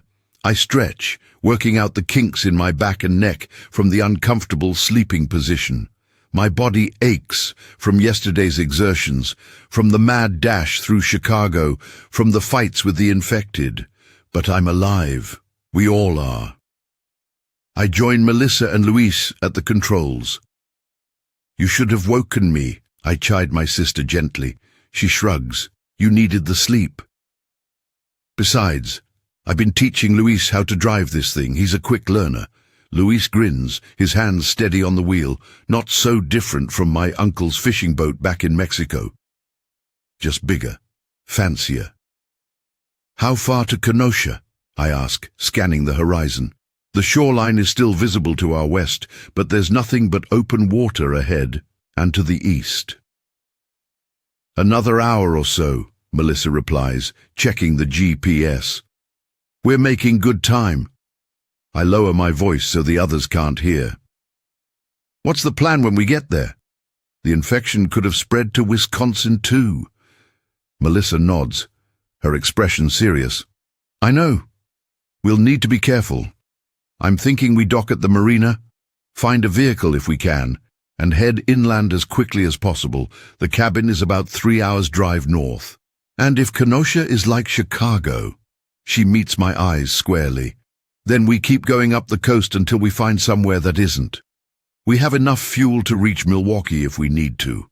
It's not much of a plan, but it's all we have." I nod, accepting it. "I'll take over here so you can rest," I tell Luis. "Melissa can show me what to do." Luis relinquishes the controls gratefully, moving to find his own spot to rest. Melissa guides me through the basics: steering, throttle, how to read the GPS and fuel gauge. It's simpler than I expected, though I doubt I'd want to attempt any complex maneuvers. "Mark wanted to teach me more," Melissa says, a shadow crossing her face at the mention of her boyfriend. "Said I was a natural." "Was he at work when it started?" I ask carefully, unsure if this is a wound I should probe. She nods, staring out at the horizon. "At the yacht club. He called me when the news first broke, told me to come there directly from my office, said we'd take the boat, get out of the city." She swallows hard. "I couldn't get through." The streets were already chaotic, people panicking, accidents blocking intersections. By the time I gave up and sought shelter at Marshall Field, the cell networks were down. I couldn't call him again. "He might have gotten out," I offer, though I don't really believe it. If Mark had escaped, he would have taken this boat. Melissa gives me a look that says she knows exactly what I'm doing. Maybe. But I can't count on that. None of us can count on anyone we left behind. She's right, harsh as it sounds. The Chicago we knew is gone, and with it, most of the people we cared about. We have to focus on the living, on the people in this boat, heading for a chance at survival. The hour passes quietly, each of us lost in our own thoughts. Michael eventually emerges from the cabin, coming to stand beside me at the controls. He watches intently as I steer, asking occasional questions about the boat and how it works. His curiosity seems to have temporarily overshadowed his grief, which I take as a positive sign. Kenosha comes into view ahead of us, a small city on the Wisconsin shoreline, its marina extending into the lake. From this distance it looks normal, untouched by the chaos we left behind in Chicago. "Look for movement," Melissa instructs, scanning the shoreline through a pair of binoculars she found in the cabin. "Anything that doesn't seem right." We all strain our eyes, searching for signs of infection or destruction. The city appears peaceful. No smoke, no abandoned vehicles visible from the water, no figures wandering with that distinctive infected gait. "Maybe it hasn't reached here yet," Eric suggests hopefully, Jenny now awake beside him. "Let's not celebrate too soon," Melissa cautions. "Approach slowly, Tommy. We'll check out the marina before committing to docking." I reduce our speed, guiding the boat toward the Kenosha Harbor entrance. As we draw closer, I can make out more details of the shoreline. The marina is partially full, several boats still moored at their slips. The buildings along the waterfront show no signs of damage. No bodies are visible. "This is weird," Luis murmurs, standing beside me. "It's like nothing happened here." "The infection might not have spread this far north yet," Melissa suggests, still scanning with the binoculars. "Or the authorities here might have contained it better than in Chicago." I guide the boat through the harbor entrance, moving at the slowest possible speed. The marina opens up before us, a forest of masts and antennas marking the location of dozens of vessels. Still no sign of trouble. "There," Melissa points to a fuel dock on our right. "We can refuel there before deciding our next move." I steer in that direction, cutting the engine to barely above idle. As we approach the dock, I notice something that makes my heart skip. A man in the uniform of a marina attendant watching our approach. "Someone's there," I hiss to Melissa. "At the fuel dock. Looks normal." She raises the binoculars quickly, focusing on the figure. "He's not infected, from what I can tell." Standing normally, wearing the right uniform. "What do we do?" Luis asks. "What if he doesn't let us dock?" "We need that fuel," Melissa replies grimly. "We don't have enough to reach the next marina up the coast." We dock, stay alert, and see what happens. I guide the boat alongside the fuel dock, my hands tense on the wheel. Eric and Luis move to the side, ready to secure the mooring lines once we're in position. Jenny stays seated, one hand on her belly, the other clutching Michael's shoulder protectively. The marina attendant moves to help with the docking, catching the lines Luis throws to him and securing them to the cleats on the dock. His movements are normal, coordinated, definitely not infected. "Welcome to Kenosha," he calls as the boat settles against the bumpers along the dock's edge. "You folks coming up from Chicago?" We exchange wary glances. Melissa steps forward, assuming the role of spokesperson. "That's right. We're just passing through, need to refuel." The man, his nameplate reads Dave, nods understandingly. "You're not the first ones today. News coming out of Chicago is pretty bad." "You know what's happening?" I ask, surprised. "Some kind of outbreak from what we're hearing. Government's quarantined the whole city as of this morning. No one in or out, except by water, apparently." Dave gestures to our boat. "How much fuel do you need?" "Fill it up," Melissa replies, stepping onto the dock cautiously. "Is Kenosha safe? No cases here?" Dave shakes his head. "Nothing confirmed. Sheriff's Department has set up checkpoints on all roads into town, turning away anyone who might be infected. Governor called up the National Guard a few hours ago to help secure the state line. The news is better than I dared hope. Wisconsin seems to be taking the threat seriously, moving quickly to protect itself from what's happening to the south." "Is there somewhere nearby we can buy supplies?" Melissa asks. Food, water, medicine, and we'll need a vehicle if possible. Dave thinks for a moment. Grocery store just 2 blocks up from the marina. As for a vehicle, he scratches his chin. Might be tough. Lot of people buying up cars, trying to get further away from the border, but Hank's rental over on 65th might still have something. Melissa turns to me, her decision already made. Luis and I will go for supplies. You stay with the others, get the boat fueled up. We'll meet back here in an hour. I don't like the idea of splitting up, but it makes practical sense. We need both fuel and supplies, and time may be of the essence if the situation in Wisconsin deteriorates. Be careful, I tell her. First sign of trouble, you come back immediately. She nods, then turns to Luis. Ready? Luis adjusts his knife in its makeshift sheath, ensuring it's concealed but accessible. Ready. They disembark, Melissa pausing to ask Dave for directions to both the grocery store and the rental place. Then they're gone, disappearing up the marina access road toward the town proper. I turn my attention to refueling, following Dave's instructions on operating the pump. Eric helps, while Jenny takes Michael into the cabin of the boat, perhaps to shield him from any potentially frightening conversations. So what's really happening in Chicago? Dave asks, once the women and boy are out of earshot. News isn't saying much, just that there's been an outbreak and the military's involved. I exchange a glance with Eric, unsure how much to reveal. If word gets out about the true scale of the disaster, about the bombings, the overwhelming infection, panic could spread here too. It's bad, I say finally, deciding on a middle ground between full disclosure and outright lies. Some kind of virus that makes people violent, spreads fast. City services collapse pretty quick. Military's trying to contain it, but I trail off, the image of downtown Chicago being bombed vivid in my mind. Dave's expression sobers. Jesus, they're saying on the news it's some terrorist thing, biological weapon or something. Could be, I concede, though Melissa's theory about a government research facility seems more plausible to me now. Whatever it is, it turns people into something else, something not human anymore.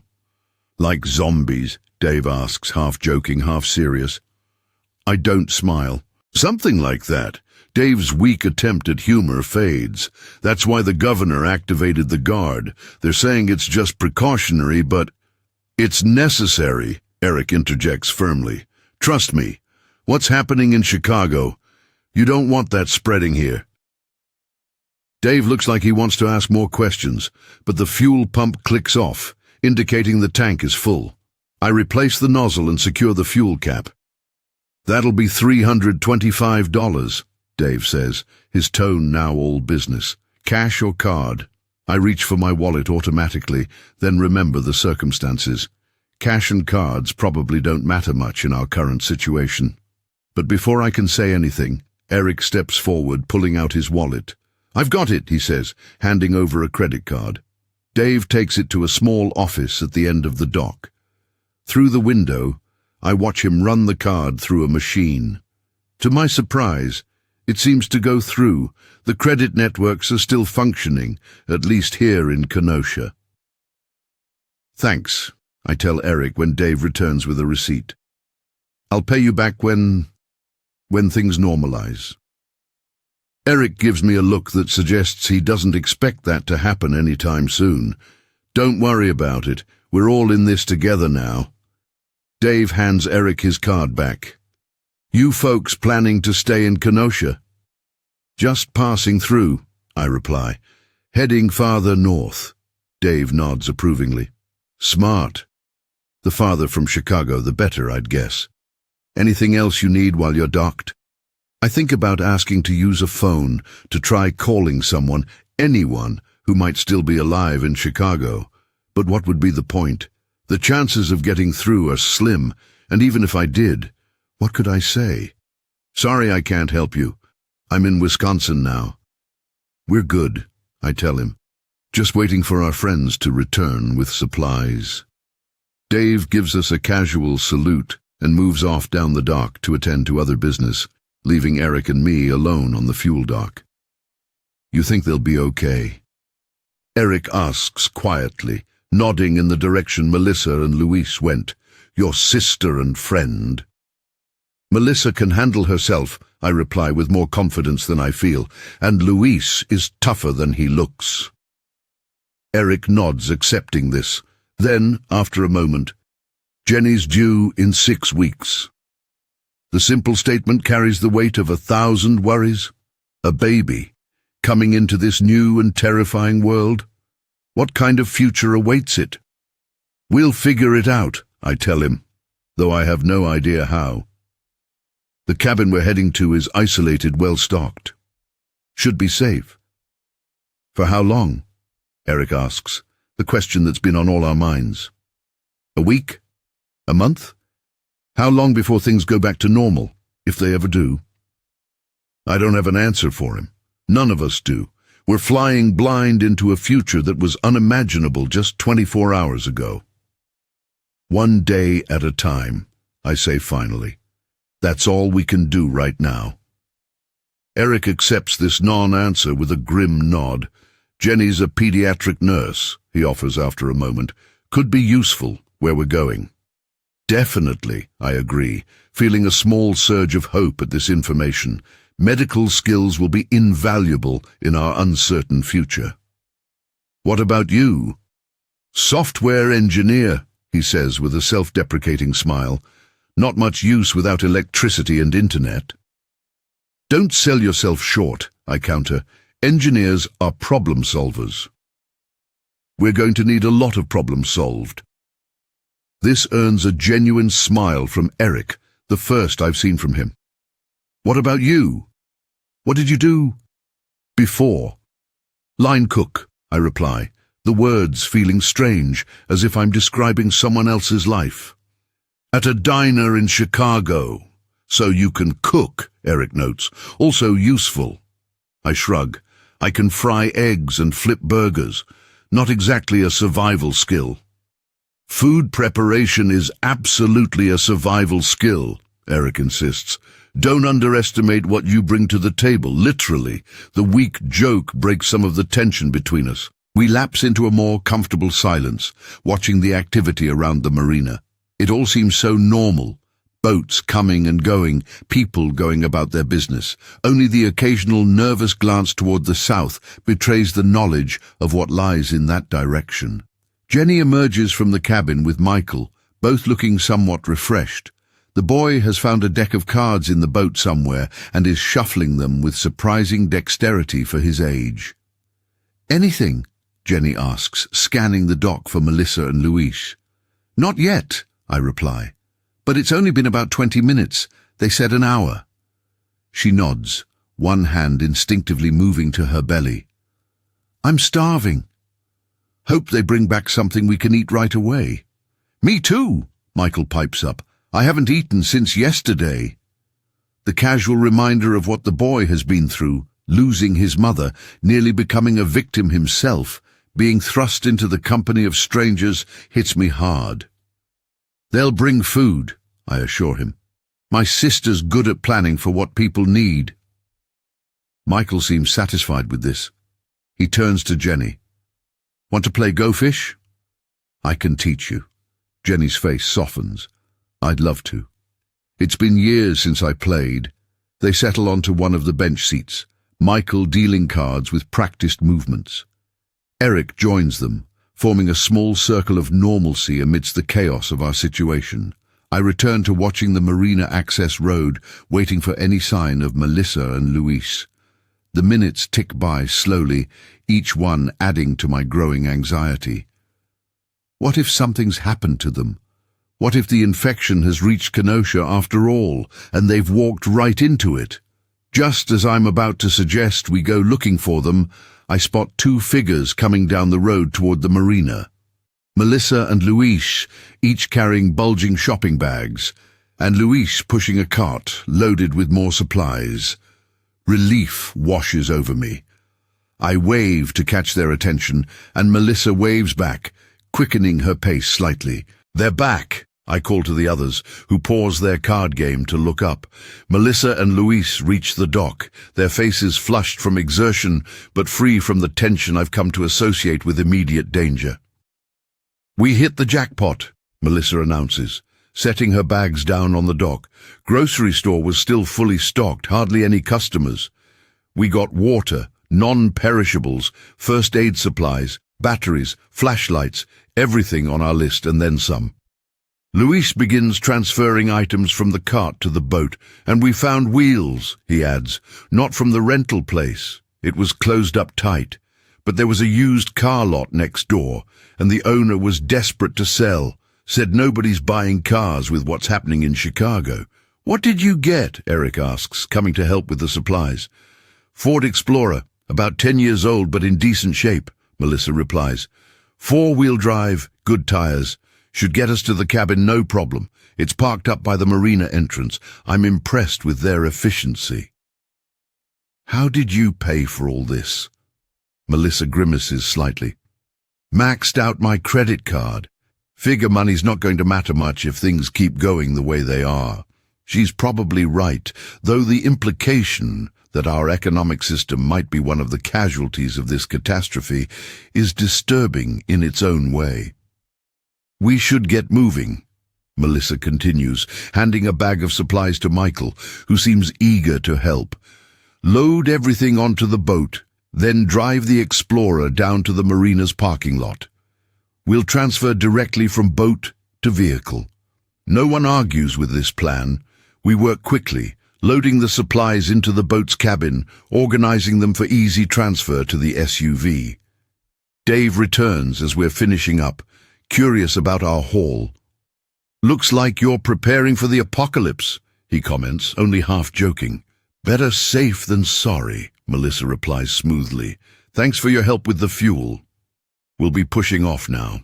Dave helps us cast off from the dock, wishing us luck as we pull away. I guide the boat toward the marina's main basin, where smaller docks extend like fingers into the water. "Over there," Melissa points to an area where the parking lot comes close to the water's edge.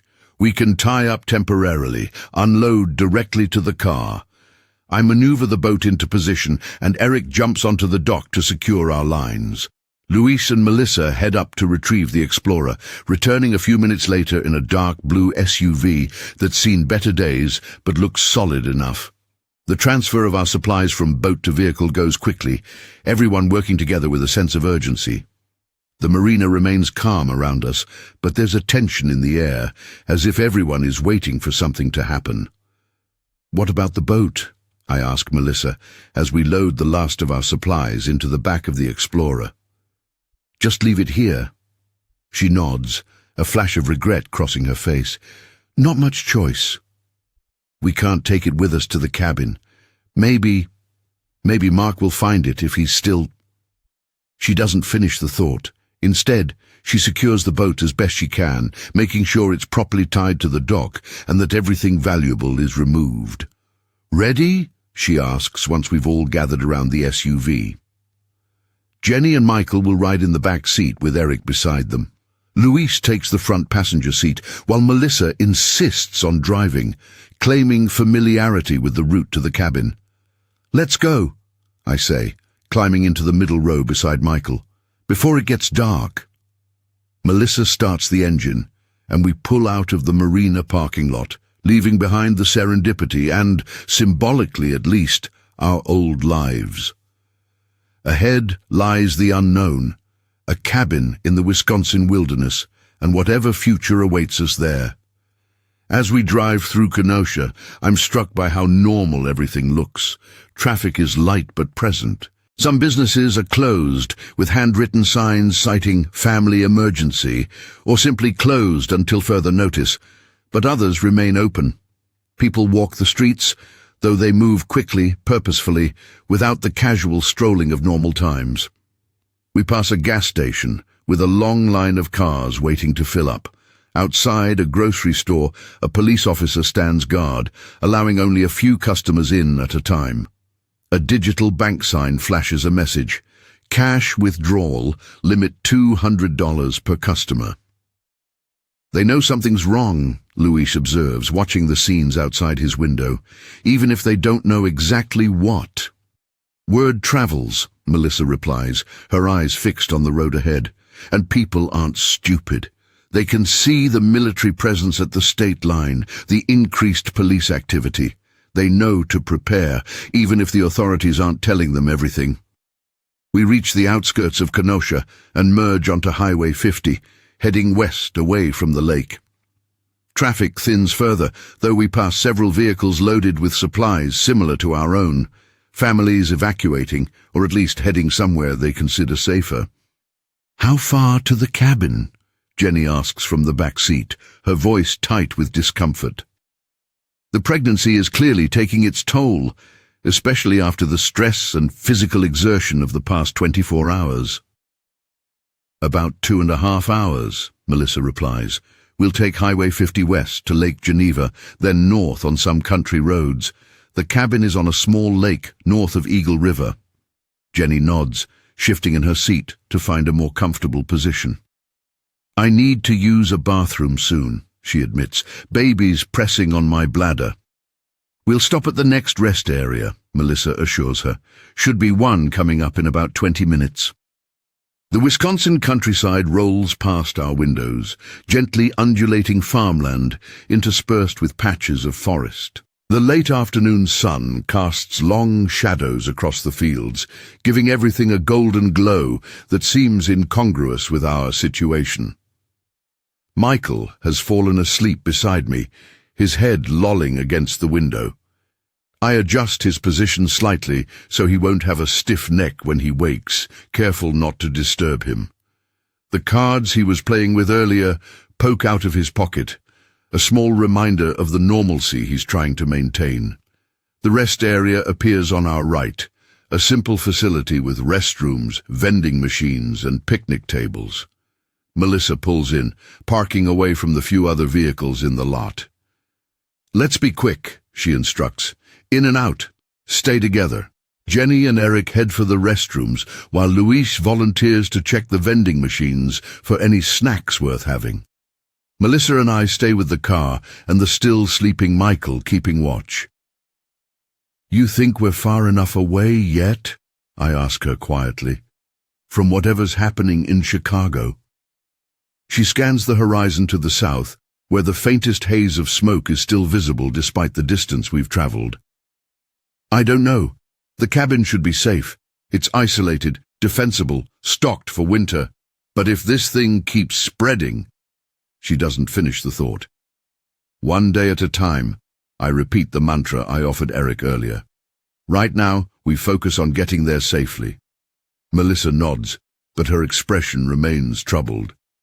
"Tommy, if this is as bad as I think it is, if it's spreading across the country or even globally, we might be looking at the collapse of everything. Government, infrastructure, society itself.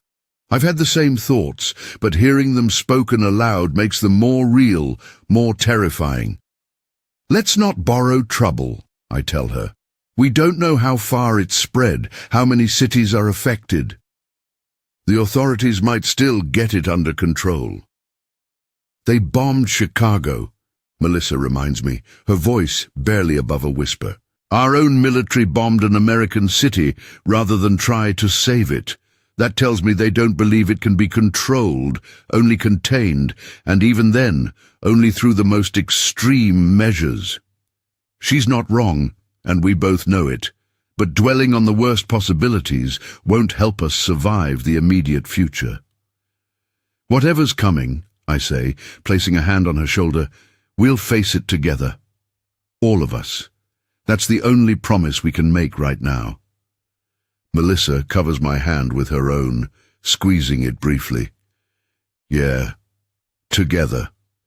The others return from the restrooms and vending machines. Luis has scored some chips and candy bars, which he distributes among the group, saving a pack of peanut butter crackers for Michael when he wakes up. "Ready to keep moving?" Melissa asks, already sliding back into the driver's seat. Everyone nods, and we're back on the road within minutes. The sun is lower now, the shadows lengthening across the landscape. We have maybe 2 hours of daylight left, enough to reach the cabin if we don't encounter any delays. The journey continues westward, the scenery gradually changing from farmland to more forested terrain.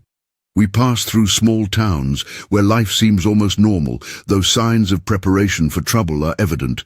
Long lines at gas stations, police presence at grocery stores, makeshift barricades at town limits. Michael wakes as we're passing through Lake Geneva, a resort town that appears to be experiencing an unusual influx of visitors for this time of year. Probably Chicago residents with vacation homes seeking refuge from the city. "Are we there yet?" he asks, rubbing sleep from his eyes. "Not yet, buddy," I tell him.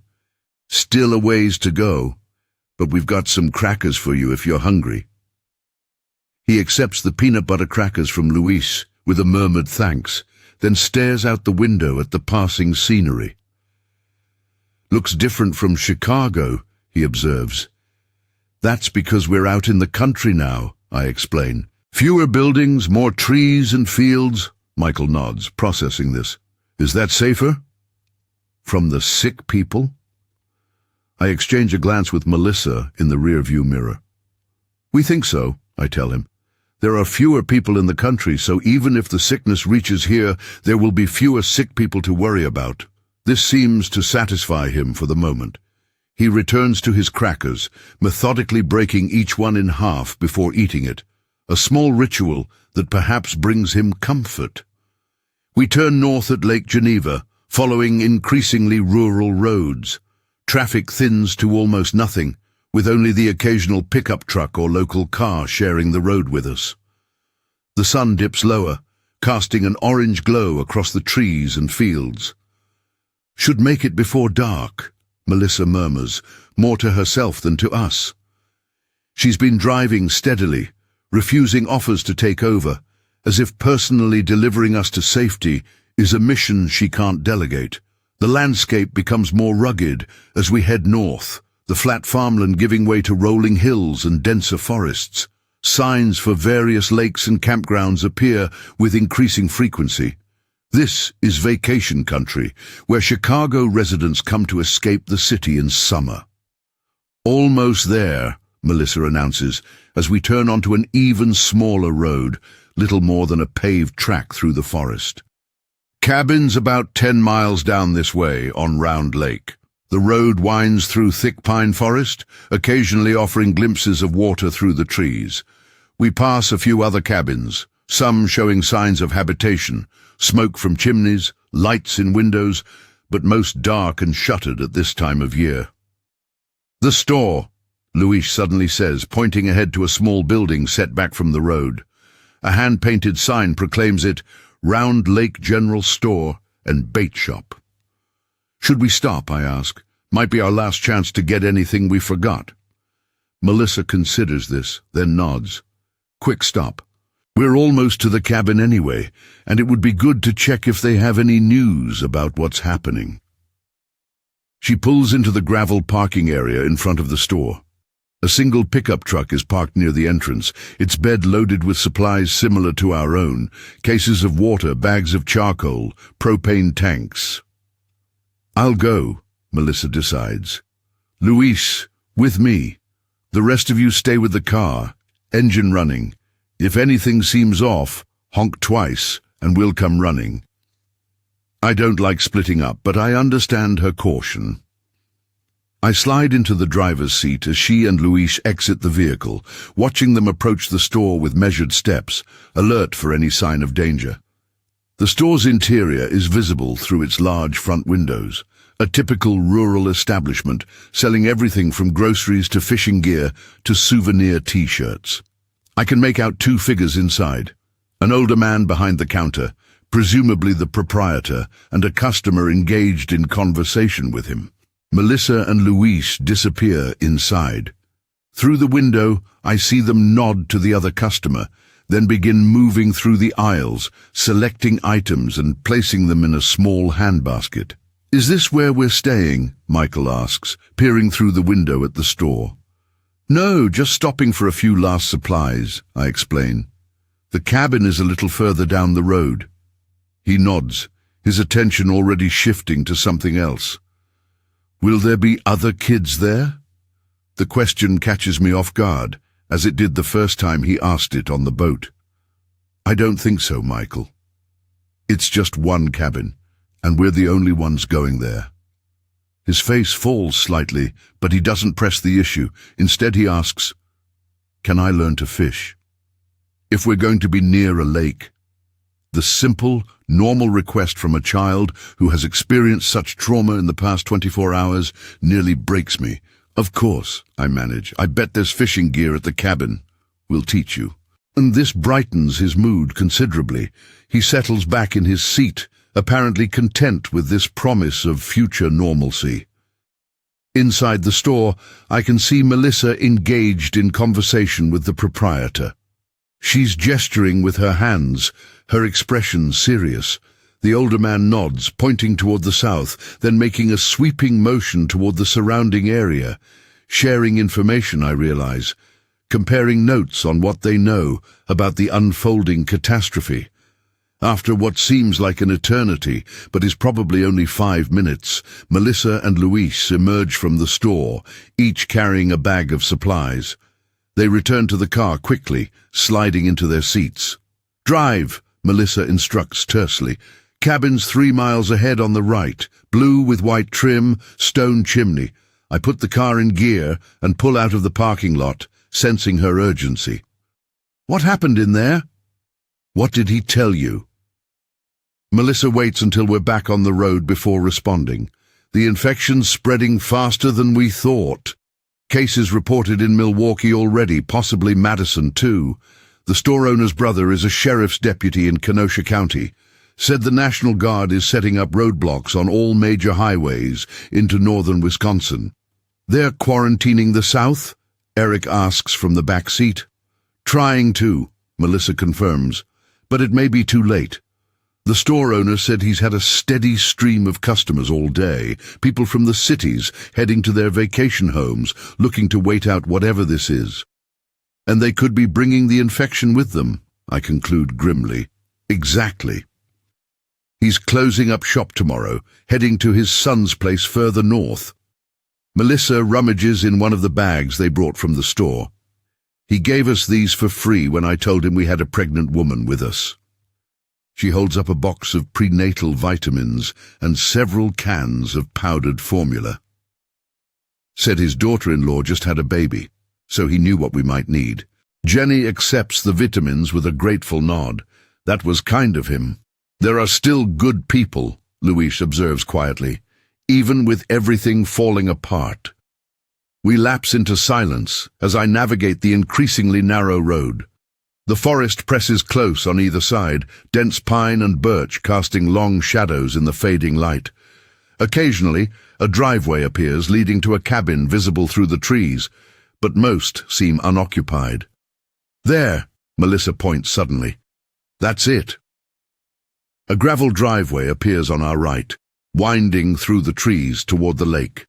At its end stands a cabin, larger than I expected, 2 stories with a wide porch facing the water. As Melissa described, it's painted blue with white trim, a stone chimney rising from its steep roof. I turn into the driveway, relief flooding through me as we approach our destination. After 24 hours of terror, pursuit, and uncertainty, we've reached a safe haven, at least temporarily. The Explorer's headlights illuminate the front of the cabin as I pull to a stop. No lights shine from within, no smoke rises from the chimney. The place has the still, waiting quality of a building that hasn't been occupied for some time. "Mark keeps a key under the fake rock by the steps," Melissa tells us, already opening her door. "Let me check to make sure everything's secure before we all go in."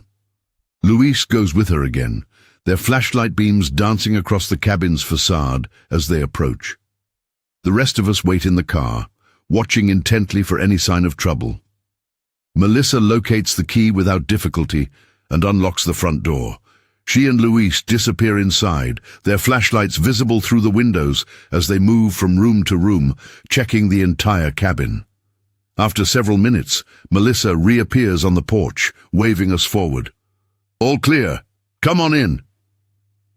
We exit the vehicle, stretching stiff muscles after the long drive. Jenny moves slowly, Eric supporting her with a gentle hand at her back. Michael stays close to me, his small hand finding mine in the gathering darkness. The cabin's interior is rustic but comfortable, a large open space combining living room, dining area and kitchen, with doors leading to what must be bedrooms at the rear. A staircase rises to the second floor along one wall. Melissa is busy lighting kerosene lamps, filling the space with a warm, flickering glow. Power's out, she explains, but Mark has a generator in the shed out back. We can get that going tomorrow. For tonight we've got lamps and candles. Water? Eric asks, concerned for Jenny's comfort. Well, pump, Melissa replies. Hand-operated if the power's out. And there's a big propane tank outside for the stove and water heater. We'll be comfortable enough. I help Luis bring in our supplies from the car, stacking them on the kitchen counter for sorting. The cabin's pantry is already well stocked with canned goods, pasta, rice, and other non-perishables. There's enough food here to last 6 people at least a month, possibly longer, with careful rationing. Mark was a prepper, Melissa explains when I comment on the abundant supplies. Always worried about power outages, snowstorms, that sort of thing. Used to tease him about it, but now his paranoia might save our lives, I finish for her. She nods, a sad smile touching her lips. Funny how that works out.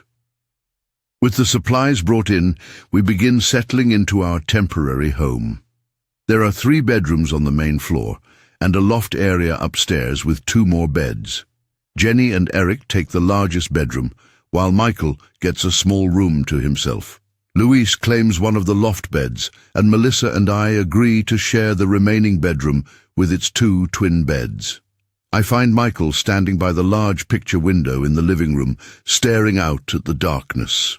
The lake is invisible in the night, but the occasional gleam of moonlight on water reveals its presence. What do you think?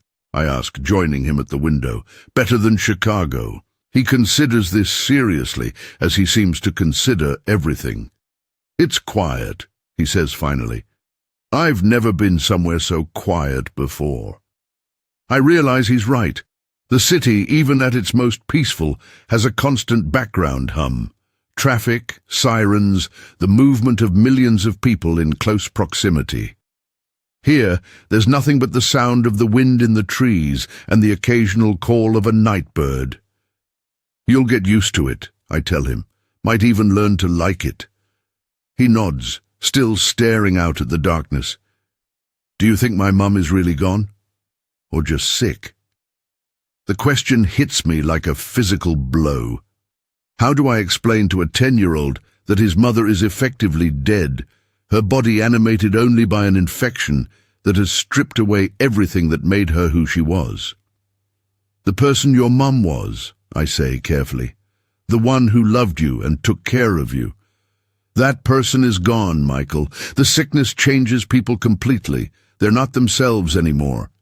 He absorbs this, his face unnaturally composed for a child his age.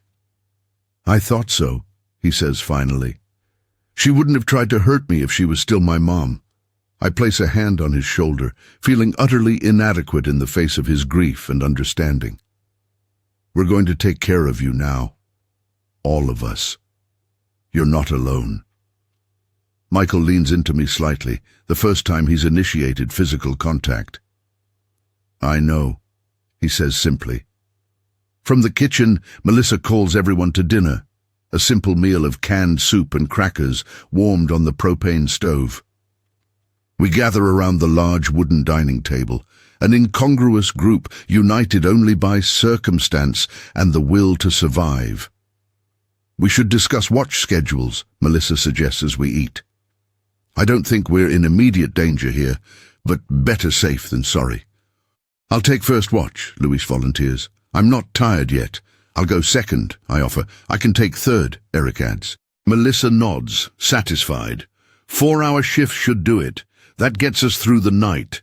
As we finish eating, Jenny suddenly gasps, her hand flying to her belly. "What is it?" Eric asks, alarmed. "Contraction?" She shakes her head, a smile spreading across her face despite her evident exhaustion. "No, just a strong kick. Here, feel." She guides Eric's hand to a spot on her rounded abdomen. After a moment, his eyes widen. "Wow, that's our baby." The simple moment of joy amid our dire circumstances affects us all.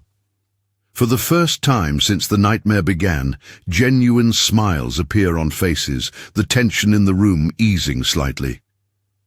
"Have you picked names?" Melissa asks, leaning forward with interest. Jenny and Eric exchange a glance. "Emily, if it's a girl," Jenny replies, "after my grandmother. And James for a boy, after Eric's father."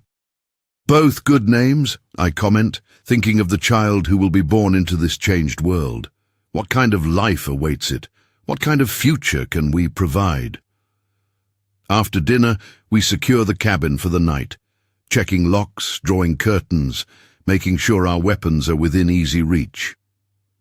Luis takes up his position by the front window, a clear view of the driveway and the road beyond. The rest of us prepare for bed, exhaustion finally catching up now that we've reached relative safety. I help Michael settle into his room, ensuring he has water by his bed and knows where to find us if he needs anything during the night. "Try to sleep," I tell him, adjusting his blankets. "Tomorrow we'll explore the lake, maybe find that fishing gear I promised." He nods, already half asleep. The events of the past 24 hours have taken their toll on his small body, the adrenaline that kept him going now giving way to bone-deep fatigue. In the bedroom I'm sharing with Melissa, I find my sister sitting on her bed, staring at a framed photo from the nightstand, her and Mark, smiling on the cabin's dock, the lake stretching behind them. "He could still be alive," I offer, sitting beside her. She sets the photo down gently. "I know, but I can't count on that. None of us can count on anyone we left behind." Her own words from earlier, repeated now as if to convince herself. "What happens now, Tommy?" she asks softly. "What's our long-term plan?" I've been asking myself the same question since we reached the cabin. The immediate crisis of escape and survival has been addressed, at least temporarily. But what comes next? How long can we stay here? What kind of world awaits us beyond this small haven? "We survive," I tell her, the only answer I have. "One day at a time, we take care of each other. We wait to see how far this thing spreads, whether anyone gets it under control." Melissa nods, accepting this non-plan as the best we can do for now. "And if no one does? If this is the new normal?" "Then we adapt," I say firmly. "We learn to live in this changed world. We build something new from what's left." It sounds noble, even inspiring when put that way. The reality, I know, will be far more difficult, far more complex. But for tonight, in this moment of relative peace, it's enough. Melissa squeezes my hand. "Get some sleep. I'll wake you for your watch." I stretch out on the other twin bed, not bothering to undress beyond kicking off my shoes. Despite my exhaustion, sleep is elusive, my mind racing with images from the past 24 hours, Mrs. Peterson's milky eyes, Sheila's blood pooling on the counter, the infected woman on Lower Wacker, Chicago burning. Eventually, though, fatigue wins out, and I drift into uneasy sleep. I dream of cooking at Manny's, the breakfast rush in full swing, orders piling up. But the customers at the counter have no faces, just smooth, featureless skin where eyes, noses, mouth should be. They bang their fists on the counter, demanding food I can't prepare fast enough. Manny stands beside me, his throat torn open, blood soaking his white apron, asking why I'm falling behind. I wake with a start to Luis shaking my shoulder. "Your watch," he whispers. All quiet so far. I nod, rubbing sleep from my eyes, the dream still vivid in my mind. "What time is it?" About 2 a.m., Luis replies, checking his watch. I let you sleep a little extra. You needed it. I sit up, rolling my shoulders to ease the stiffness. Anything I should know about? Luis shakes his head. Just some animals moving around outside. No lights on the road, no vehicles. We're alone out here as far as I can tell. Good, I say, standing and stretching. Get some sleep. I'll wake Eric at 6. Luis nods gratefully and takes my place on the bed, asleep almost instantly. I move quietly through the cabin, checking each room. Everyone is sleeping soundly, even Michael, whose face in sleep has the innocence his waking expressions lack. I take up position by the front window, settling into an armchair with a clear view of the driveway and the road beyond. The night is clear, stars brilliant in the absence of city light pollution. A 3/4 moon casts silver light across the landscape, illuminating the cabin's surroundings enough that I can see movement, if anything approaches. The hours of my watch pass slowly, marked only by the gradual shift of moonlight across the floor and the occasional rustle of someone turning in their sleep. I use the time to think, to process everything that's happened, to begin the mental adjustment to our new reality. If the infection continues to spread at its current rate, how long before it reaches even isolated places like this? How long before the infrastructure we take for granted, electricity, clean water, communications, fails completely? What will happen when winter comes, bringing snow and bitter cold to this northern forest? These questions have no answers, not yet. All we can do is prepare as best we can with what we have, and hope that somewhere, someone is working on a solution to the Lazarus pathogen. As dawn approaches, the eastern sky beginning to lighten, I hear a sound from outside, a vehicle on the road moving slowly. I tense, reaching for the baseball bat I've kept beside the chair. The sound grows louder, then fades as the vehicle passes without turning into our driveway. Neighbors, perhaps, or other refugees seeking safety in the North Woods. I make a mental note to discuss this with the others when they wake. We'll need to establish some kind of watch rotation during daylight hours as well, especially if traffic on the road increases. At 6 a.m., I wake Eric as planned. He takes over the watch, and I return to bed for a few more hours of much-needed sleep. When I wake again, sunlight is streaming through the cabin windows.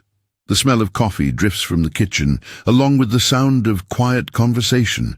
For a moment, I can almost pretend this is just a normal vacation, a weekend getaway to a lake cabin with friends. Reality returns as I enter the kitchen to find Melissa showing Michael how to pump water from the well using the hand pump at the sink. Jenny sits at the table, nursing a cup of tea, her face drawn with fatigue, despite the night's rest. Eric and Luis are outside, visible through the window as they examine the shed where Mark's generator is stored. "Morning," I greet them, accepting the cup of coffee Melissa offers me. "Everyone sleep okay?" "As well as can be expected," Melissa replies. "Michael's been helping me inventory our supplies. Kids got a good head for numbers." Michael beams at the praise, seemingly more at ease this morning than yesterday. The routine tasks of survival are giving him something to focus on besides his loss. "Eric heard a couple more cars pass by early this morning," Melissa continues, lowering her voice so Michael won't hear. "More people heading north, probably. We should be careful about showing too much activity around the cabin. No lights visible from the road at night, that sort of thing." I nod, understanding her caution. If supplies in towns become scarce, isolated cabins like this one might become targets for the desperate. "I was thinking the same thing last night," I tell her. "We should establish a day watch too. Keep an eye on the road and the lake." "Already on it," she says. "Luis is going to build a small blind up in the trees where we can see the road without being seen. Eric's good with tools, apparently. He's helping." After breakfast, instant oatmeal and dried fruit, we gather in the living room to discuss our situation more thoroughly.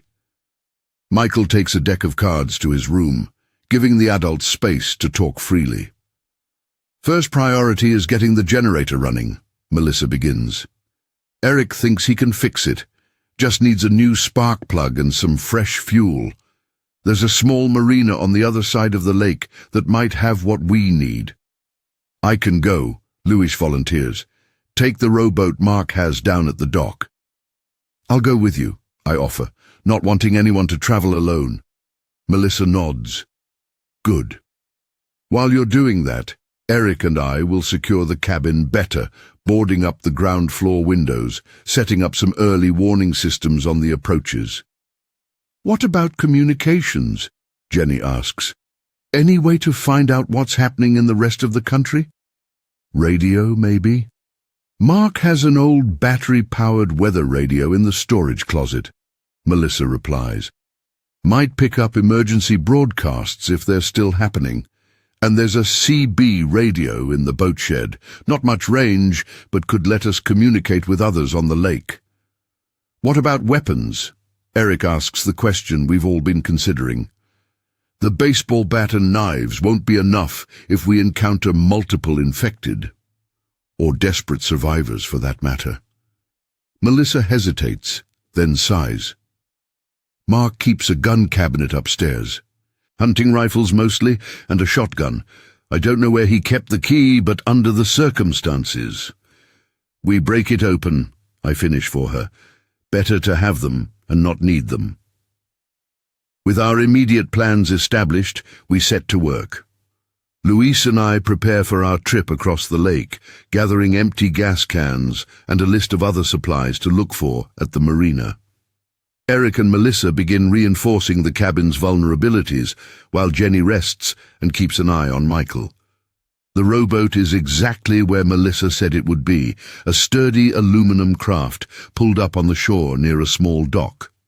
Luis and I drag it into the water, stowing our supplies and the empty gas cans. You sure about the marina? I ask as we push off from shore.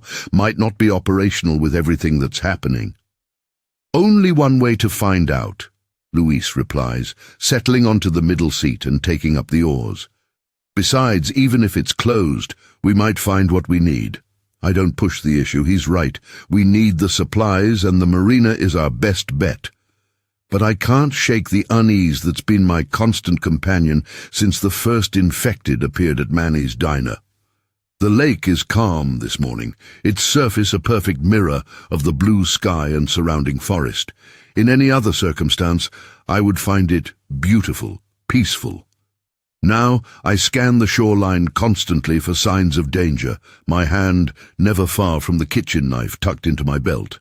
It takes us about 30 minutes of steady rowing to reach the far side of the lake. The marina comes into view, a modest operation with a small dock, a fuel pump, and a wooden building that serves as office and store. We approach cautiously, alert for any movement. The place appears deserted, no boats at the dock except for a small pontoon secured with heavy chains, no smoke from the chimney of the office building. Looks empty, Luis observes as we glide up to the dock. But let's be careful anyway.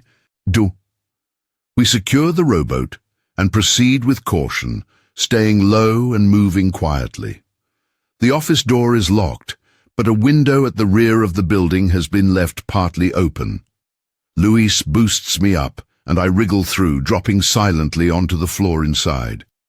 The interior is dark, the only light coming from the window I just entered. I wait for my eyes to adjust, then move to the front door to let Luis in. The marina store is small, but well stocked. Fishing gear, boat parts, basic groceries and camping supplies. No sign of recent disturbance, which I take as a good sign. Whoever owns this place likely closed up normally and left, rather than abandoning it in panic. Jackpot, Luis whispers, pointing to a rack of spark plugs behind the counter. And look, portable fuel cans, full ones. We quickly gather what we need. Spark plugs for the generator, fuel for both the generator and our SUV, fishing gear for Michael, batteries for flashlights, and a few other useful items. I leave money on the counter out of habit, though I wonder if currency will have any value in the world we're now living in. As we're preparing to leave, Luis suddenly freezes, holding up a hand for silence. I stop, listening intently. A sound from outside, the crunch of gravel beneath feet, multiple sets by the sound of it. Luis motions me toward the window we entered through, but it's too late. The front door of the Marina store swings open, revealing 3 men silhouetted against the morning light. "Well, well," says the one in front, a tall, broad-shouldered figure holding what appears to be a hunting rifle. Looks like we're not the only ones with the Marina idea. The next stories. The radio was spitting out the usual morning garbage as I guided the massive garbage truck down Jefferson Avenue. Another Tuesday on Garbage Route 22. Detroit didn't look any different than it had yesterday. Grey, industrial, slowly waking up to another day of grinding existence. "You hear this shit, Ray?" My partner Marcus cranked up the volume. Some talk radio nutjob was ranting about terrorist threats and biological attacks. Government's sitting on some next-level virus at that Area 51 place. Sources say it can reanimate dead tissue. "Can you believe this conspiracy crap?" I snorted, keeping my eyes on the road. "Turn that garbage off, man. Got enough trash to deal with already." The truck lurched as I pulled up to our first stop, a row of overflowing dumpsters behind an apartment complex. Marcus hopped out, still talking. "My cousin works security for some pharmaceutical company. Says they got government contracts you wouldn't believe, creating stuff that ain't natural." Yeah, I'd heard it all before. Marcus was always going on about some conspiracy or another. I watched him through the side mirror as he wheeled the first dumpster toward the hydraulic lift. Just another Tuesday.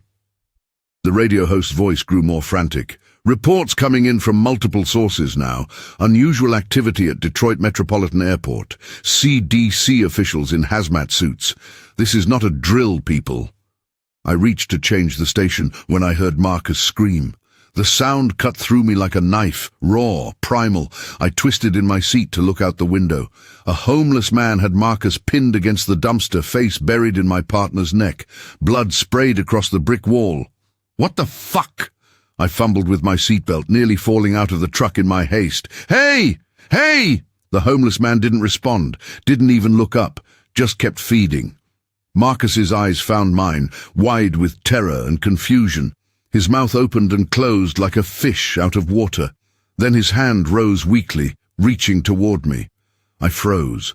Something deep and instinctual told me not to approach.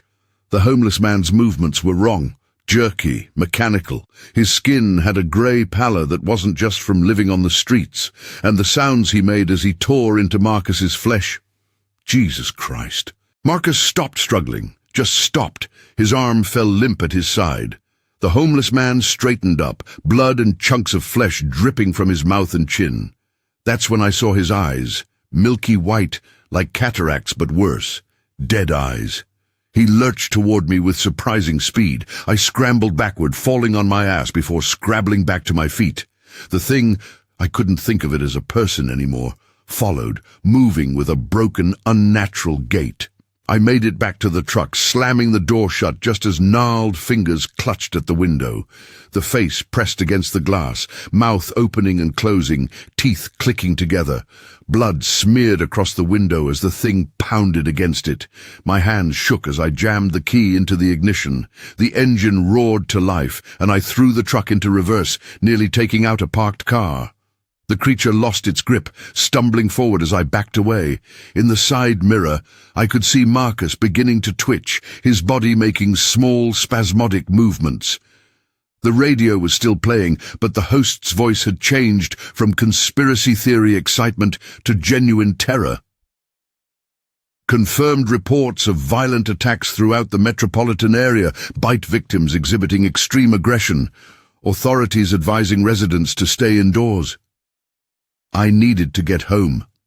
Karen would be getting ready for work, completely unaware. My wife was probably standing in front of the bathroom mirror right now, applying mascara, worrying about her presentation later today. Normal concerns from a world that was rapidly ceasing to exist. The streets were eerily empty as I navigated the massive garbage truck through the city. In the distance, sirens wailed.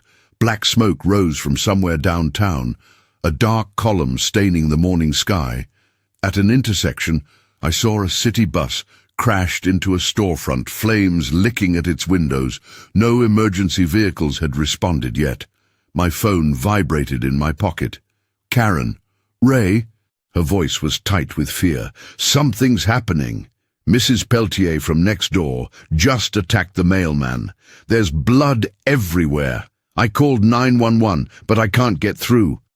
Lock the doors, I said, accelerating through a red light. Don't let anyone in. I'm coming home. Ray, I'm scared.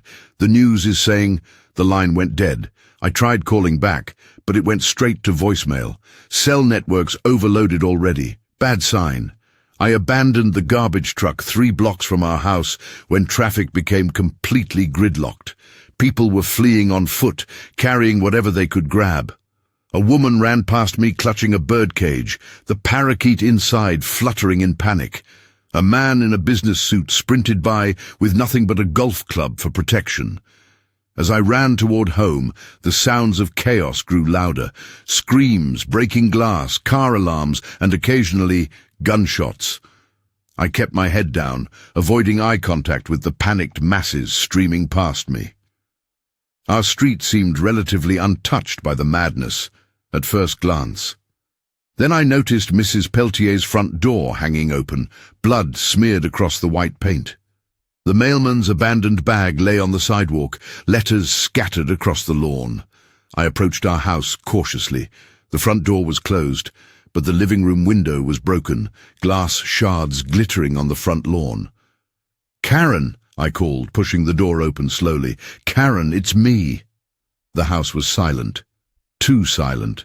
No television news playing, no radio, none of Karen's usual morning sounds, the coffee grinder, her favorite morning playlist, the shower running. "Karen?"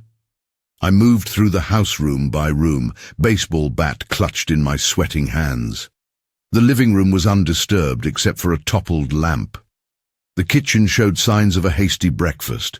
Half-eaten toast, coffee still warm in a mug with Karen's lipstick on the rim. A soft thump from upstairs froze me in place. Then another. Footsteps moving slowly across our bedroom floor. "Karen!" I called again, my voice cracking. I started up the stairs, each creaking step announcing my approach. "Honey, are you okay?" The bedroom door was closed. I stood outside it, listening. The footsteps had stopped. Something scraped against the door from the other side, like fingernails dragging slowly across the wood. I swallowed hard, tightening my grip on the bat. "I'm coming in, Karen." The door swung open. Karen stood in the center of our bedroom, still wearing her silk bathrobe. Her back was to me, her long blonde hair tangled and matted with something dark. "Thank God," I breathed, lowering the bat. "We need to get out of here. The city's going crazy." She didn't respond, didn't turn around. "Karen?" Slowly, with jerky, unnatural movements, she began to turn. I knew before I saw her face, knew from the way she moved, from the low growl that escaped her throat, knew from the cold dread spreading through my gut. Her face was no longer the face I'd kissed goodbye this morning. Blood streaked her chin and neck, soaking into the collar of her robe. Her eyes were clouded, unseeing. A chunk of flesh was missing from her forearm, a bite mark, raw and ragged. "No," I whispered, backing away. "No, no, no." Karen lunged at me with shocking speed. I brought the bat up instinctively, catching her under the chin. Her head snapped back with a sickening crack, but she didn't fall, didn't even slow down. Her fingers clawed at my face as I struggled to push her away, her strength impossibly enhanced. I loved this woman, had loved her for 15 years, but this wasn't her anymore. "I'm sorry," I choked out as I swung the bat again, harder this time. It connected with the side of her head, sending her crashing into the dresser.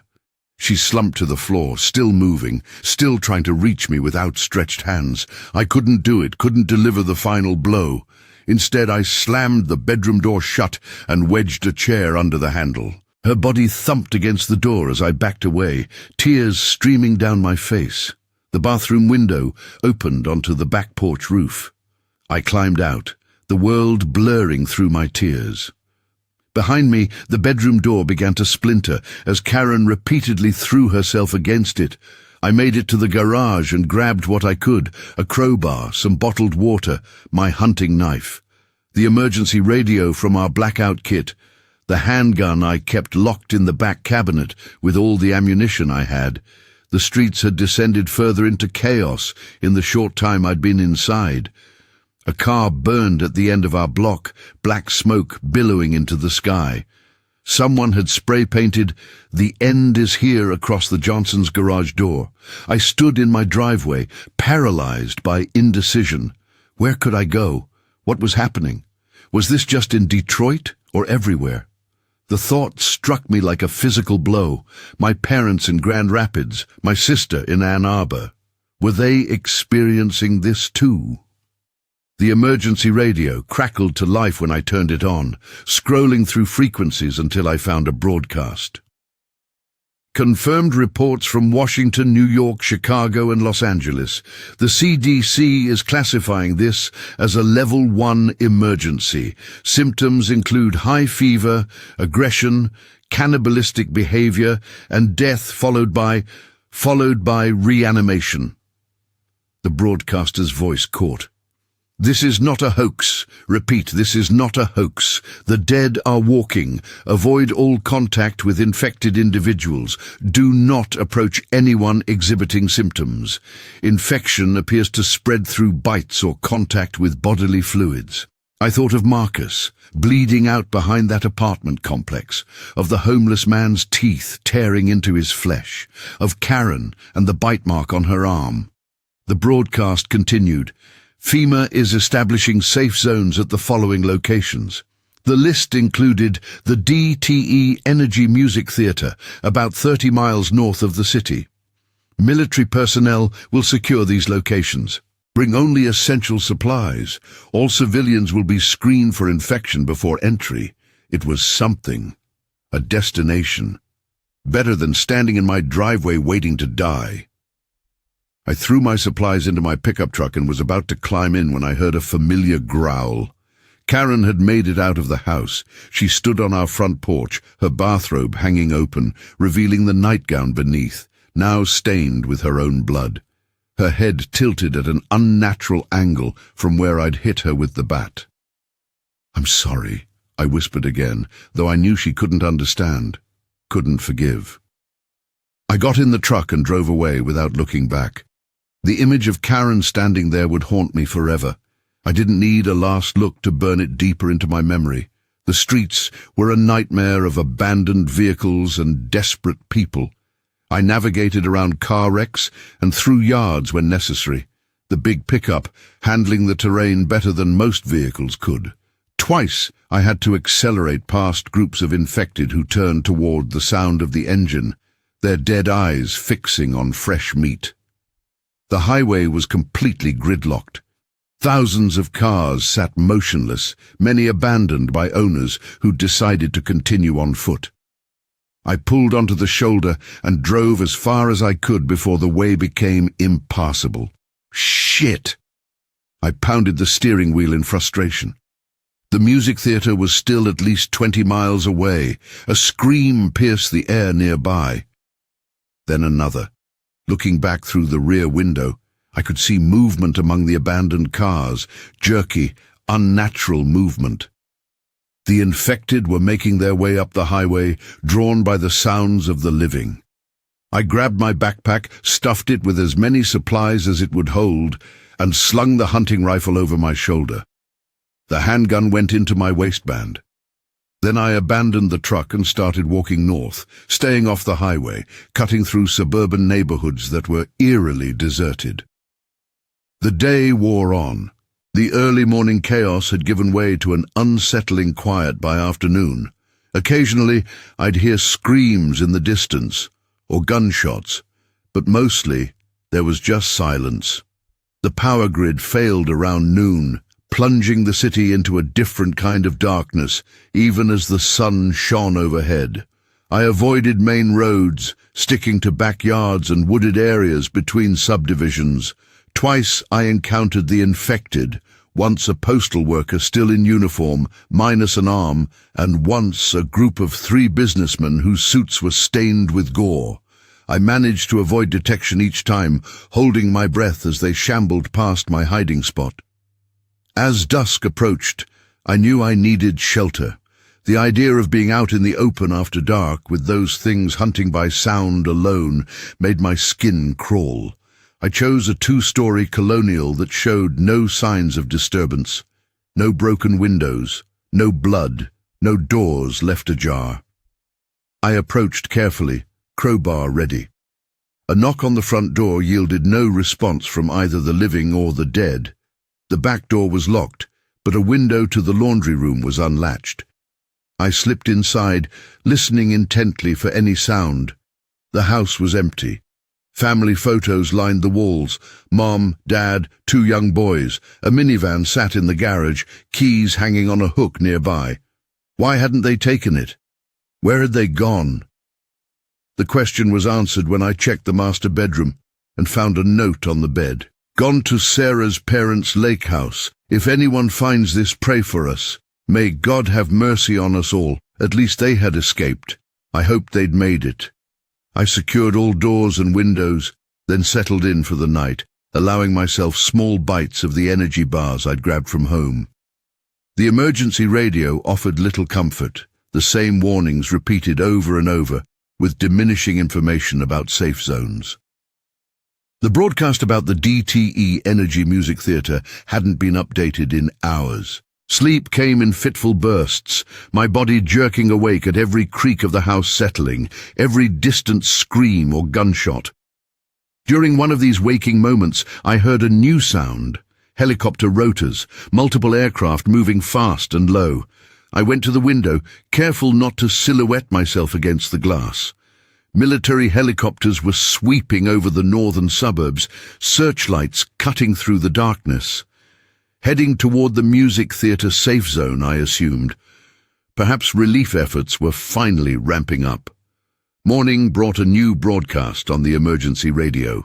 The voice was different, military, authoritative. This is Colonel James Braddock of the United States Army. The situation has been classified as a national emergency. The President has declared martial law in all 50 states. The infection has spread to major population centers nationwide.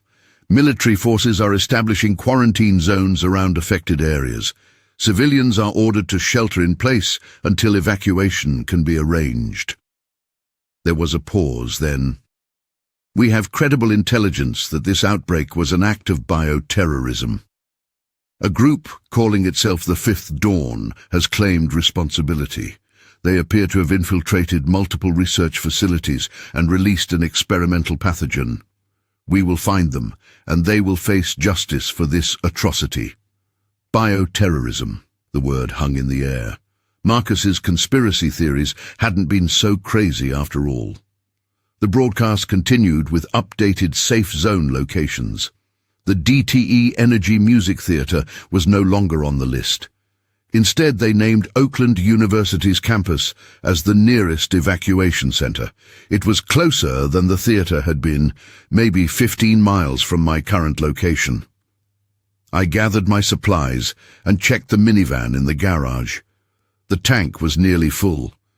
If the roads were as empty as they had been yesterday afternoon, I might be able to make it to the evacuation center in less than an hour. The suburban streets were deserted, but evidence of violence was everywhere. Broken windows, blood-stained driveways, garbage and personal belongings scattered across front lawns.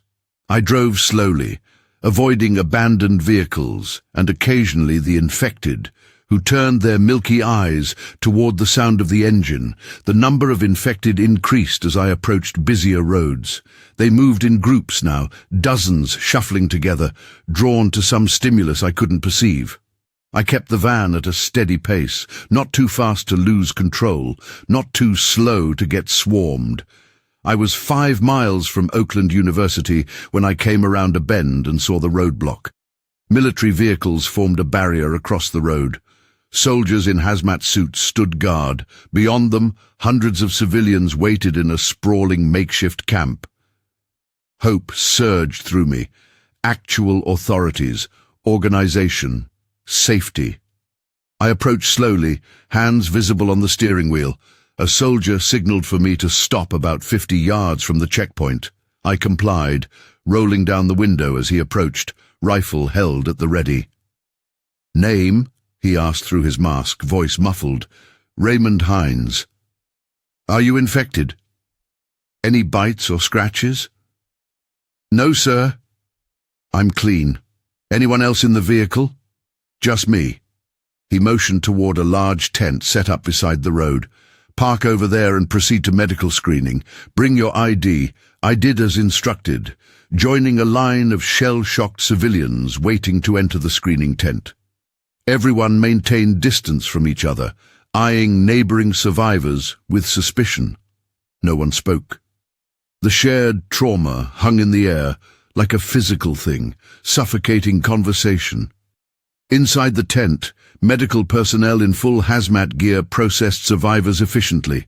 Blood samples were taken, temperatures checked, bodies examined for any wounds that might indicate infection. I passed the screening and was given a green wristband, cleared for evacuation. "Proceed to Zone B," the nurse told me, pointing toward a fenced area where other green-banded survivors gathered. "Transport leaves at 1600 hours. Zone B contained about 200 people, all keeping to themselves, clutching whatever belongings they'd managed to escape with. Some wept quietly, others stared into space with thousand-yard stares. Children clung to parents, unnaturally quiet, as if understanding instinctively that making noise could attract predators. I found a spot against the fence and settled in to wait, watching as more survivors trickled in. The sun climbed higher, beating down on the assembly of humanity's remains. National Guard troops patrolled the perimeter, faces grim behind their masks. A woman sat down near me, keeping a careful distance. She looked to be in her early 30s, dark hair pulled back in a practical ponytail, face smudged with dirt and something darker. The sleeve of her jacket was torn and blood-stained, but her arm beneath was uninjured. "They're not telling us where they're taking us," she said, not making eye contact. "Have you heard anything?" I shook my head. "Nothing." "You?" "Camp Grayling, maybe. It's a National Guard training center up north, isolated." She finally looked at me, her eyes haunted but alert. "I'm Ellie. Dr. Ellie Cho. I am, a virologist at Detroit Medical Center." Ray Hines, garbage collector. The mundane exchange of occupations felt absurd under the circumstances, but also grounding. A small piece of normality. "Did you lose people, Ray?" Her directness was startling, but somehow appropriate for the new world. "My wife, my partner at work." I swallowed hard. "You?" "Everyone at the hospital. We were among the first to get hit. Patient 0 for Detroit came through our ER early yesterday morning." Her voice was clinical, detached, professional armor against unbearable reality. By the time we realized what we were dealing with, half the staff was infected. "Do you know what it is, this infection?" She was quiet for a long moment. "It's engineered. Has to be. The rate of transmission, the incubation period, the method of reanimation. None of it follows natural viral evolution." Her eyes met mine again. "Someone made this. Weaponized it. The radio broadcast about the Fifth Dawn came back to me. The military is saying it was terrorists." Ellie's laugh was harsh, humorless, convenient. "But I've worked with government research grants before. This has black-budget military program written all over it. Something escaped or was released, and now they're covering their asses." Before I could respond, commotion erupted at the entrance to Zone B. A man was screaming, fighting against 2 soldiers who held him firmly by the arms. Blood soaked his shirt, not his own, it seemed, as he showed no signs of injury. "My wife is still out there," he shouted. "She's pregnant. You can't leave her. More soldiers arrived, restraining the man as he fought with desperate strength. One produced a syringe, plunging it into the man's arm. He continued to struggle for a few moments before the sedative took effect, his body going limp. "Jesus," I muttered. "They can't risk panic spreading," Ellie said quietly. "One person loses control, others follow. Then we're no better than a herd of cattle during slaughter." The clinical detachment in her voice chilled me more than the scene we'd just witnessed. "How can you be so calm?" Her eyes, when they met mine, were no longer detached. They burned with an intensity that made me look away. "I'm not calm, Ray. I'm fucking terrified. But I'm also a scientist, and right now understanding this thing might be humanity's only hope." A helicopter appeared overhead, circling the evacuation center before landing in an adjacent field. 3 figures emerged, 2 in military uniforms with high-ranking insignia, 1 in a civilian suit. They were escorted to a command tent set up near the roadblock. "Brass," Ellie observed. "Maybe now we'll get some answers." But no answers came. Instead, the activity among the military personnel increased. More vehicles arrived. The perimeter patrols doubled. Something was happening, but no information filtered down to us. As the afternoon wore on, I struck up conversations with other survivors in Zone B, a high school teacher who had barricaded himself in the chemistry lab with 3 students, all now separated from him for specialized processing because they were minors, a bus driver who had abandoned his vehicle when passengers began turning mid-route, a nurse who spoke in fragmented sentences, her trauma too fresh for coherent narratives. Each story contained the same elements: sudden violence, confusion, desperate escape, and each survivor seemed to be processing the same terrible realization that the world as we knew it had ended in less than 24 hours. At exactly 1600 hours, as promised, transport arrived, a convoy of military trucks with canvas-covered beds. Soldiers began organizing us into groups of 20, loading us into the trucks with efficient, impersonal movements. Ellie and I ended up in the same truck, seated across from each other on bench seating. The canvas flaps were closed and secured once we were loaded, plunging us into semi-darkness. The engine rumbled to life, and we began to move. "Where do you think they're taking us?" asked a teenage boy seated next to me, his voice cracking with fear despite his attempt to appear tough. "Somewhere safe," I said, with more confidence than I felt. The journey was long and uncomfortable. Hours passed in darkness, the truck jostling over increasingly rough terrain. No one spoke much after the first hour. Some managed to sleep, heads nodding with the truck's movement. Others sat in tense silence, clutching their meager possessions. When the truck finally stopped, night had fallen. The canvas flaps were thrown open, revealing a vast compound illuminated by powerful floodlights. Chain-link fence topped with razor wire enclosed a collection of prefabricated buildings and military tents. Beyond the fence, dense forest stretched into darkness. "Welcome to Camp Grayling," announced a soldier as we disembarked on stiff legs. "Follow the yellow markers to processing." Ellie appeared at my side as we shuffled toward a large tent marked Intake. "This isn't Camp Grayling," she whispered. "I've been to Grayling for research conferences." "This is something else." The intake process was similar to the screening at the evacuation center: medical examinations, personal information recorded, belongings inventoried. But there was an additional element: extensive questioning about our backgrounds, our skills, our knowledge of events leading up to the outbreak. When the interviewer learned Ellie was a virologist, she was immediately separated from the group. I watched her being led away by 2 soldiers, her face turning back to find mine in the crowd, eyes wide with uncertainty. My own interview took a different turn when they learned I was a sanitation worker. "Waste management experience, excellent," noted the officer, typing something into her tablet. "You'll be assigned to Maintenance Group C. Report to Barracks 12 after processing." Barracks 12 turned out to be a long, narrow building with rows of cots on either side. About 30 men were already there when I arrived, most sitting silently on their assigned beds, some speaking in hushed tones. A uniformed soldier stood by the door, clipboard in hand. "Name?" he asked when I approached. "Raymond Hines." He checked his list. "Cot 47, end of the row on the right, mess call at 0600, work assignment will follow." The cot was bare metal with a thin mattress, a pillow and folded blankets at the foot.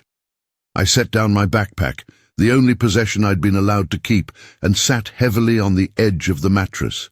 A man on the next cot nodded in greeting. He was older, maybe 60, with a weathered face and calloused hands that spoke of a lifetime of manual labor. "Name's Frank," he offered. "Ray. Where'd they pick you up?" "Outside Detroit. You?" "Flint. Was holed up in my basement when the National Guard came through our neighborhood, said they were evacuating everyone to safety." He gave a humorless chuckle. "Some safety. This looks more like a prison camp than a refuge." I glanced at the soldier by the door, who showed no reaction to our quiet conversation. "What do you think is going on?" Frank leaned closer, lowering his voice further. "Military's rounding up survivors based on useful skills." Heard a couple of guards talking. "This place? It's not just a refugee camp, it's a research station. They're studying the infection, trying to find a cure. And they need workers to keep the place running while the eggheads do their thing." The mention of research brought Ellie to mind. Was that where they'd taken her, to join the scientists working on a cure? "Have you seen outside this barracks?" "What's the compound like?" I asked. Frank nodded. "Got here yesterday. They had us clearing debris from the east fence today. Place is huge. Multiple security zones. The inner area is where the labs are. Heavily guarded. Nobody goes in or out without top-level clearance." "And the infected? Are they here too?" His expression darkened. "Oh, yeah. They got specimens in a secured facility on the north side. Heard they're bringing in more for the research, testing different methods of containment." The word hung between us, ominous in its clinical detachment. Not cure or treatment, containment. Sleep was nearly impossible that night, despite my exhaustion. The cot was uncomfortable, the barracks filled with the sounds of 30 men trying to process unimaginable trauma. Snoring, crying, mumbled conversations, occasional shouts as nightmares took hold. I lay awake, staring at the ceiling, thoughts cycling between memories of Karen and worries about what tomorrow would bring. In just 36 hours, I'd gone from a normal life to this, whatever this was. Morning came too soon, announced by fluorescent lights flickering to life, and a harsh voice ordering us to rise and shine. We were marched to a mess hall, served bland but filling food, and then divided into work groups. Maintenance Group C, it turned out, was responsible for sanitation and waste disposal, hence my assignment. The compound's infrastructure was overtaxed by the sudden influx of hundreds of survivors, and keeping disease at bay was a priority. The irony wasn't lost on me. After escaping a zombie apocalypse, I could still die of dysentery if the toilets backed up. Our supervisor, a gruff sergeant named Maddox, gave us our assignments with minimal explanation. "You'll be working in pairs.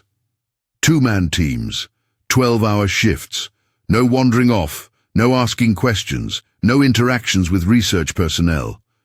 You're here to work, not sightsee." I was paired with Frank to my relief.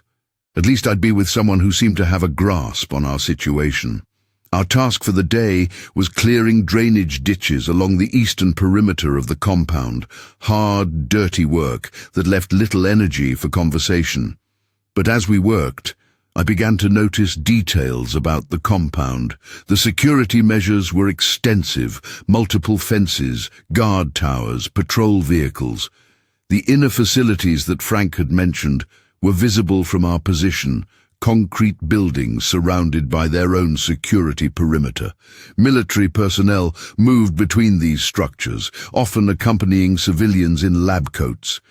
And there was something else, a low, constant sound from somewhere within the compound, not quite a moan, not quite a growl, the collective voice of dozens, maybe hundreds, of infected, contained but not silenced. "How many do you think they have in there?" I asked Frank during a water break, nodding toward the source of the sounds. "Too many," he replied grimly, "and more coming in every day. Saw a transport arrive last night, special containment vehicle, like an armored prisoner transport but reinforced. Heavily. The implications made my skin crawl. They were deliberately collecting the infected, bringing them here for... What? Research, yes, but what kind? Finding a cure seemed like an obvious goal, but Frank's mention of containment testing suggested other possibilities, darker ones. Our work took us around the eastern and northern sections of the compound throughout the day. As we neared the northern facilities where Frank had said the specimens were kept, the sounds grew louder, and for the first time I saw one of the infected up close since arriving at the compound. It was being transferred from a transport vehicle to the facility, a woman in a torn business suit. Her movements, those unnaturally jerky, broken motions I'd come to recognize. 4 handlers in full hazmat suits controlled her with long poles that had loops at the end, like animal control officers might use but reinforced. Despite their precautions, the transfer wasn't smooth. The infected woman lunged suddenly, breaking free of one pole and nearly reaching a handler before being subdued again. "Jesus," I muttered, pausing in my work to watch. Frank tugged at my arm. "Don't stare. They don't like us seeing this part of the operation." He was right. A guard had noticed our attention and was already heading in our direction, hand on his sidearm. We quickly resumed our work, keeping our heads down as he passed by, his suspicious gaze burning into our backs. That evening, exhausted from the day's labor, we were allowed to shower before returning to the barracks. The water was lukewarm at best, but it was the first time I'd felt clean since the world ended. Small mercies. Back in Barracks 12, the mood had shifted from the previous night's shocked silence to something more communal. Men gathered in small groups, sharing stories, speculating about what was happening outside the compound, trading whatever information they'd gleaned during their work assignments. I joined a circle that included Frank and several others whose names I was still learning. The conversation paused as I sat down, suggesting they'd been discussing something sensitive. "It's okay," Frank said to the others. "Ray's solid." A younger man with a Detroit Lions cap nodded at me. "We were just talking about Ward 7. Heard anything about it?" I shook my head. "What's Ward 7? "It's in the inner compound," explained another man, this one middle-aged with a salt-and-pepper beard. "Medical facility, but not for us. It's where they take people who've been exposed but haven't turned yet." "How do you know this?" I asked. "I'm on cleaning crew for the administration building," said Lions Cap. Overheard 2 doctors talking. "They're monitoring the progression of the infection in controlled conditions." The implication hit me like a physical blow. They're just watching people turn, not trying to treat them. "They're trying different treatments," said Beard. "Experimental stuff. But from what I gathered, nothing's working. The infection is unusual. Doesn't respond to normal antivirals or antibiotics." My thoughts went immediately to Ellie. She was inside that secure zone somewhere, working with the other scientists. Did she know about Ward 7? Was she involved? "There's something else," Frank said, his voice dropping even lower. "Something about the origin of this thing. I was repairing a sink in one of the officers' quarters today, and 2 of them came in, didn't notice me behind the bathroom door. They were talking about Project Lazarus, said it was never meant to leave the lab." A heavy silence fell over the group. Government-created bioweapon was a conspiracy theory, as old as conspiracy theories themselves, but in our new reality, it didn't seem so far-fetched. "If that's true," said Lion's Cap slowly, "then the Fifth Dawn didn't create this thing. They just released it."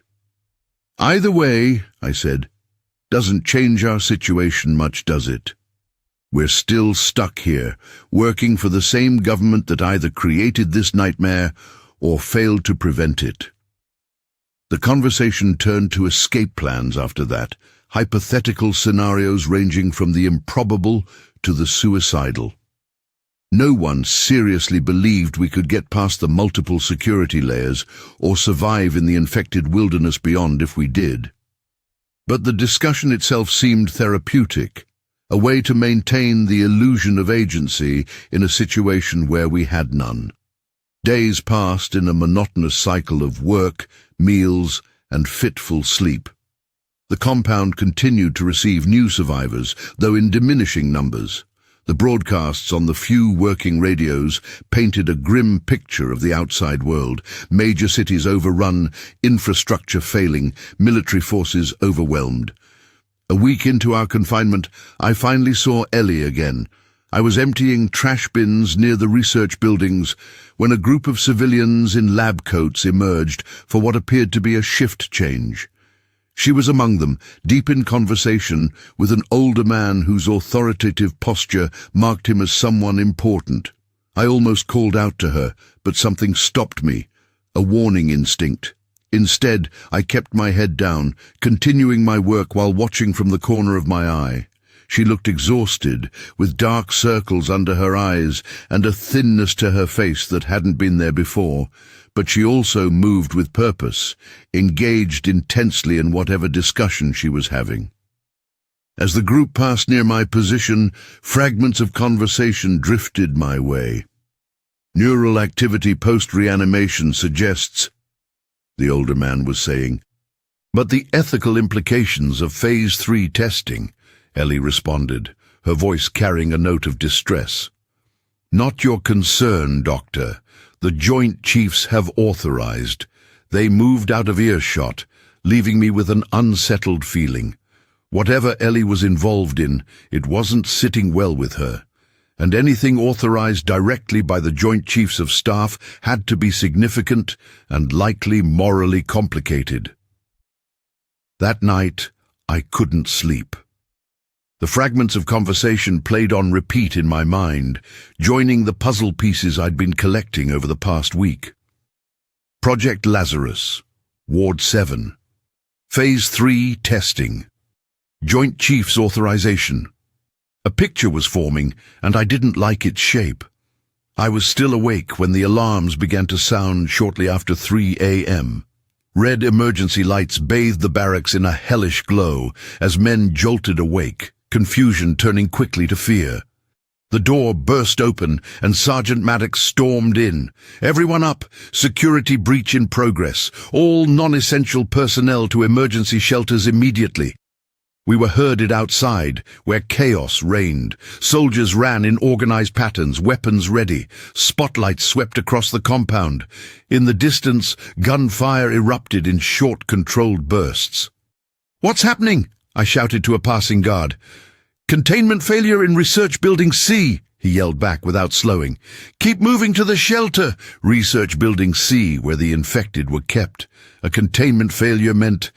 The realization hit just as a new sound cut through the night, the unmistakable moans of the infected, no longer muffled by walls and barriers. They were loose inside the compound. Our group was directed toward a large concrete bunker set into the ground at the southern edge of the compound. Other groups were converging on the same location. Kitchen staff, maintenance workers, administrative personnel, all non-military, non-research personnel. Inside the bunker, emergency lighting cast harsh shadows across frightened faces. Heavy steel doors clanged shut behind us, sealing us in. The sounds of the chaos outside became distant, muted. "What's going on?" demanded a woman in kitchen whites, her voice tight with fear. A soldier who had escorted us inside held up his hands for quiet. Containment breach in one of the research facilities. Security teams are handling it. This is standard protocol. Everyone remains here until the all clear is given. How many got out? Someone else asked. The soldier's hesitation was brief but telling. The situation is under control. It was a non-answer that told us everything. If only a few infected had escaped, he would have said so to calm us. The breach was significant. Hours passed in tense silence, broken occasionally by muffled sounds of gunfire from above.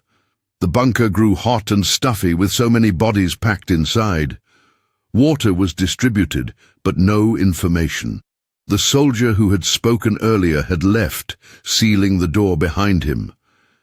"They're not coming back for us," Frank whispered, sitting beside me against the concrete wall. "If this breach is as bad as I think it is, they'll evacuate the essential personnel and write the rest of us off." I wanted to argue, to say he was being paranoid, but the evidence supported his assessment. We had been classified as non-essential from the beginning, useful for maintaining the compound, but ultimately expendable. A commotion near the bunker door drew our attention. A group of men were arguing with the remaining guards, demanding to be let out. "We're not sitting here waiting to die," shouted one man, his face red with anger and fear. "Return to your designated areas immediately," responded a guard, raising his rifle to a ready position. The tension escalated quickly. More people joined the angry group. The guards' fingers moved to their triggers.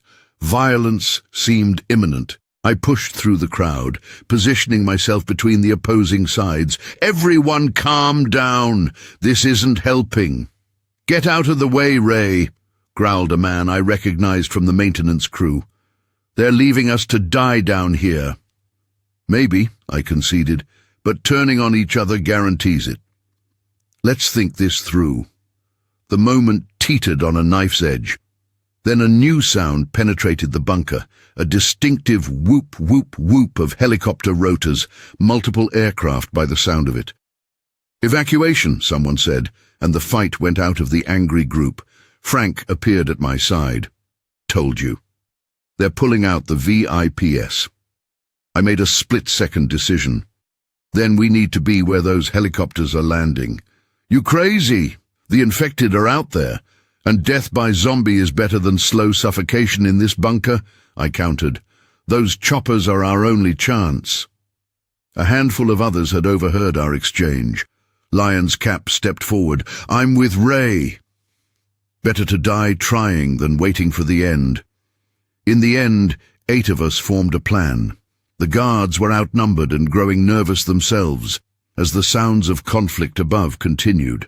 When a particularly loud explosion rocked the bunker, sending dust filtering down from the ceiling, we made our move. It wasn't pretty. 2 men created a distraction while the rest of us overwhelmed the guards at the door controls. No one wanted to seriously harm them. They were as trapped as we were, but desperation made us effective. We secured their weapons and forced them to open the bunker door. The scene that greeted us was apocalyptic. Fires burned in several buildings, gunfire echoed from multiple directions, and moving through it all were the infected, dozens of them, spreading through the compound like a virus through a bloodstream. "The helipad is that way," said Lion's Cap, pointing toward the administration buildings, "through the quad."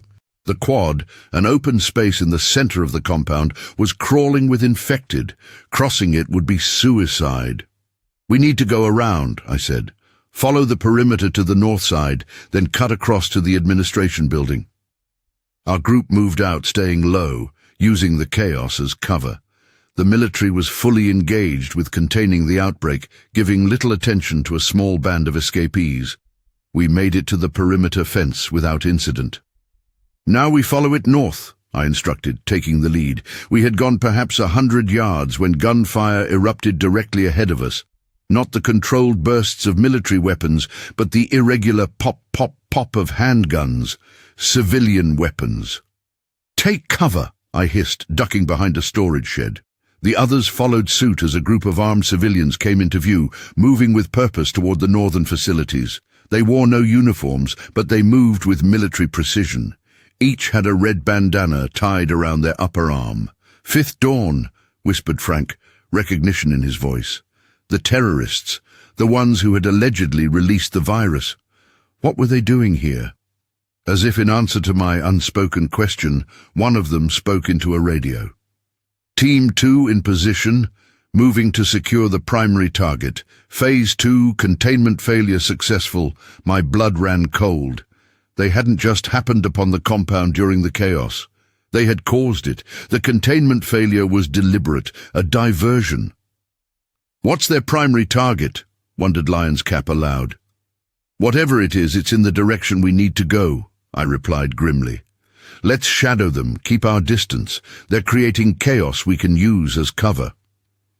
We followed the Fifth Dawn operatives as they cut through the compound, engaging military personnel when necessary, but mostly exploiting the chaos of the infected outbreak. They were heading for Research Building A, the most secure facility in the inner compound. "That's where the original samples are kept," Frank said, surprising me. "Heard 2 scientists talking about it. Building A has the alpha strain under biohazard lockdown, the pure form of the virus, before it started mutating in the wild." The implications were staggering. If the Fifth Dawn was here to steal the original virus. "We need to warn someone," I said. Lion's Cap looked at me like I'd grown a second head. "Are you insane?" "Our plan is to get to the helipad and get the hell out of here, remember?" He was right, of course. We were nobody. Maintenance workers, janitors, cooks. This was so far above our pay grade that we shouldn't even know about it. And yet... "You guys go on," I decided. "I need to at least try to raise the alarm. That chopper isn't going to wait for me anyway." Frank gripped my shoulder. "Don't be a hero, Ray. Heroes end up dead in this new world." But my mind was made up. I'd already lost everything. Karen, my home, my entire life. What else did I have to lose? "I'll catch up if I can. If not. It's been an honor serving in the sanitation trenches with you." They continued toward the helipad while I moved in the direction the Fifth Dawn operatives had gone. Research Building A was a fortress compared to the other facilities. Multiple security checkpoints, reinforced doors, keycard, and biometric access. But the terrorists had breached it somehow, likely exploiting the chaos of the outbreak. I approached cautiously, aware that I was unarmed except for a wrench I'd taken from the maintenance shed. The main entrance was unmanned. The guards either dead or drawn away by the larger emergency. The door hung open, the electronic lock disabled. Inside, the lights flickered ominously. Blood smeared one wall of the reception area. A trail of shell casings led down a corridor marked "Authorized Personnel Only." I followed, moving as quietly as I could, the wrench clutched in my sweating hand. The trail led to a laboratory deep within the building. As I approached, I heard voices, angry, urgent voices engaged in heated argument. I crouched beside the door, listening. "The sequence is incomplete," a male voice insisted. "We need the raw genomic material." "It's not here," replied a female voice that stopped my heart. Ellie. "They moved the original samples to a secure location off-site 3 days ago." "You're lying, Doctor. Our intelligence confirms the alpha strain is still here. Your intelligence is outdated. After your attack on the CDC facility in Atlanta, security protocols were updated. The original samples were relocated. What you're seeing here are attenuated research strains only." A pause, then. "If that's true, then we have no further use for you." I acted without thinking, bursting through the door with the wrench raised. The lab contained 4 people, 2 Fifth Dawn operatives with guns, Ellie, and another scientist I didn't recognize. All heads whipped toward me in surprise. "Ray!" Ellie gasped. My unexpected entrance created just enough confusion for Ellie to act. She grabbed something from the lab bench, a glass container, and hurled it at the terrorists. It shattered against the chest of one, spraying him with clear liquid. He screamed, a sound of pure terror rather than pain.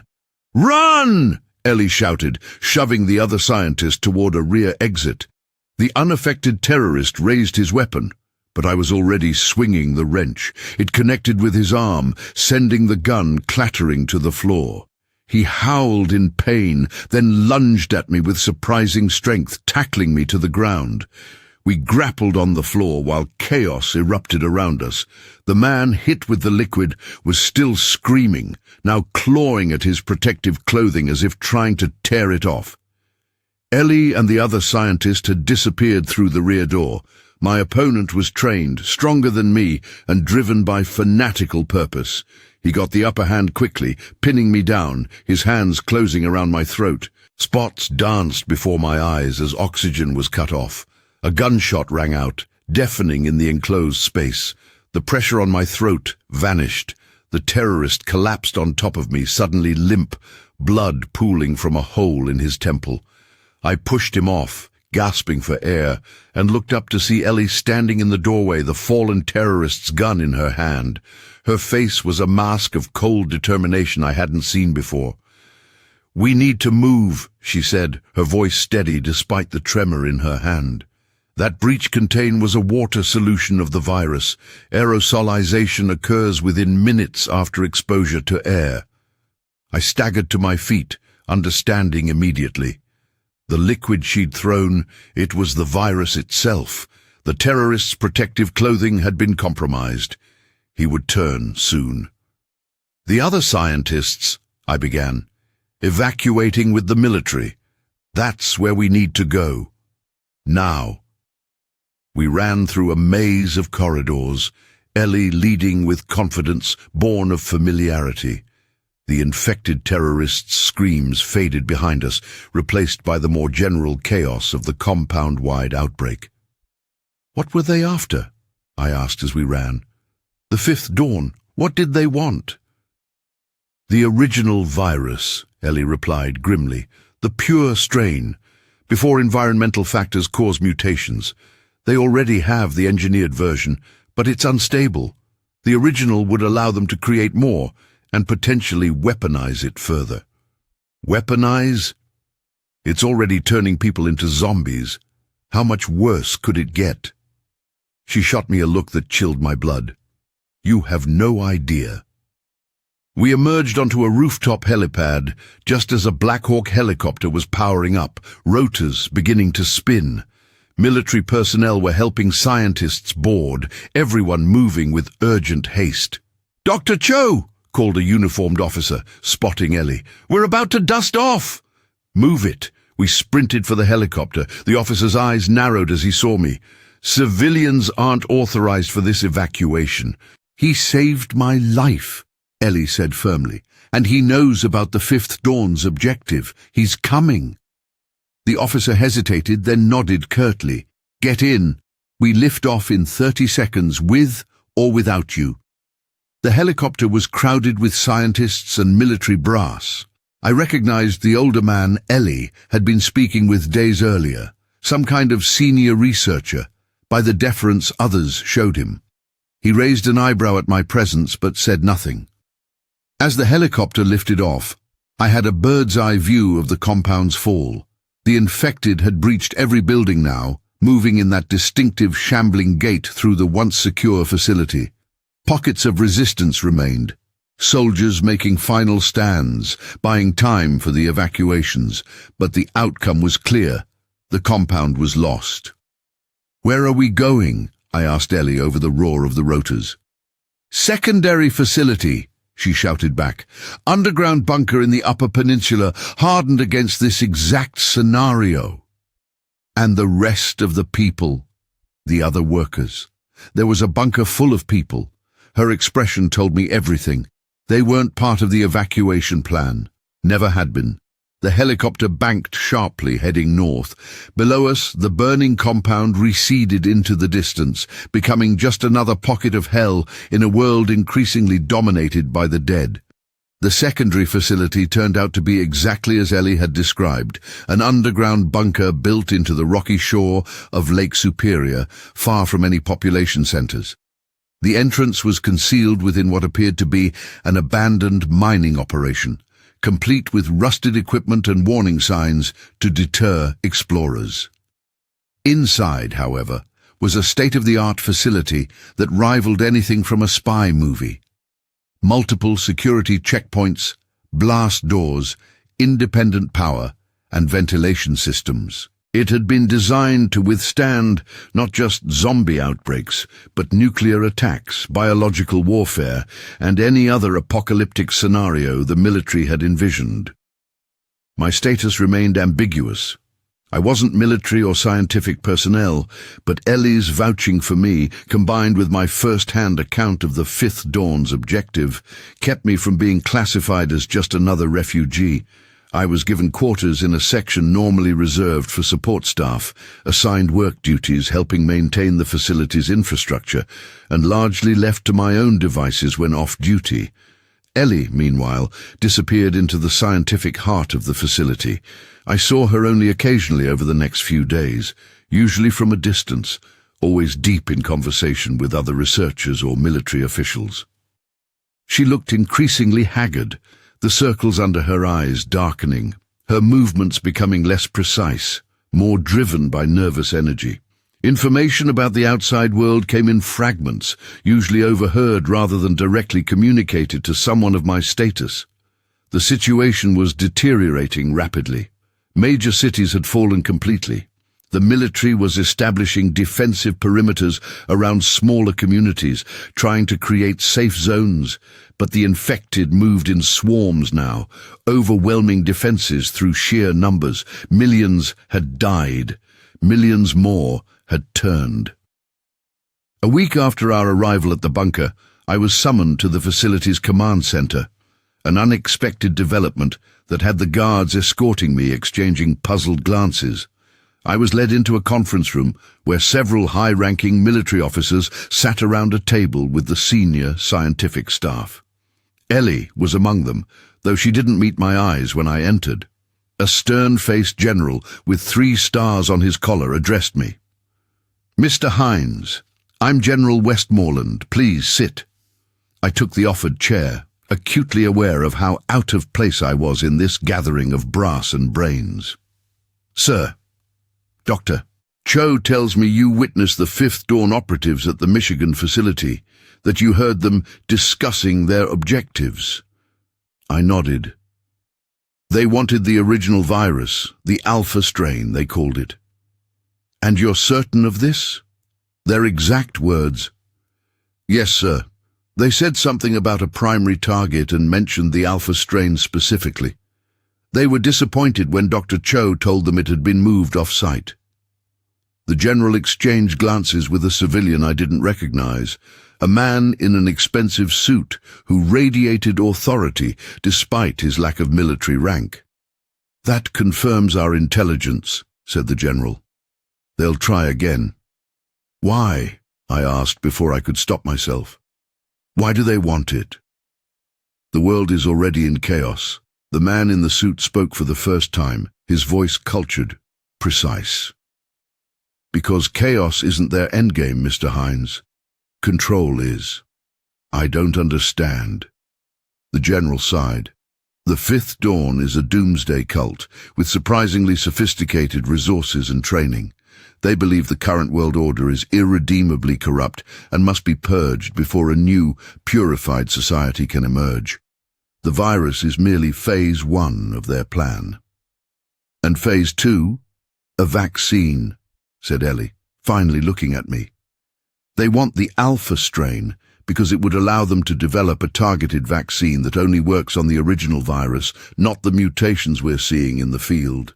They would control who lives and who dies in the new world they envision." The implications were staggering.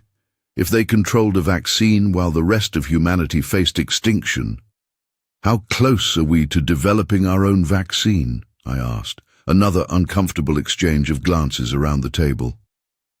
"That's not our primary focus at this time," said the general carefully. Ellie's jaw tightened visibly.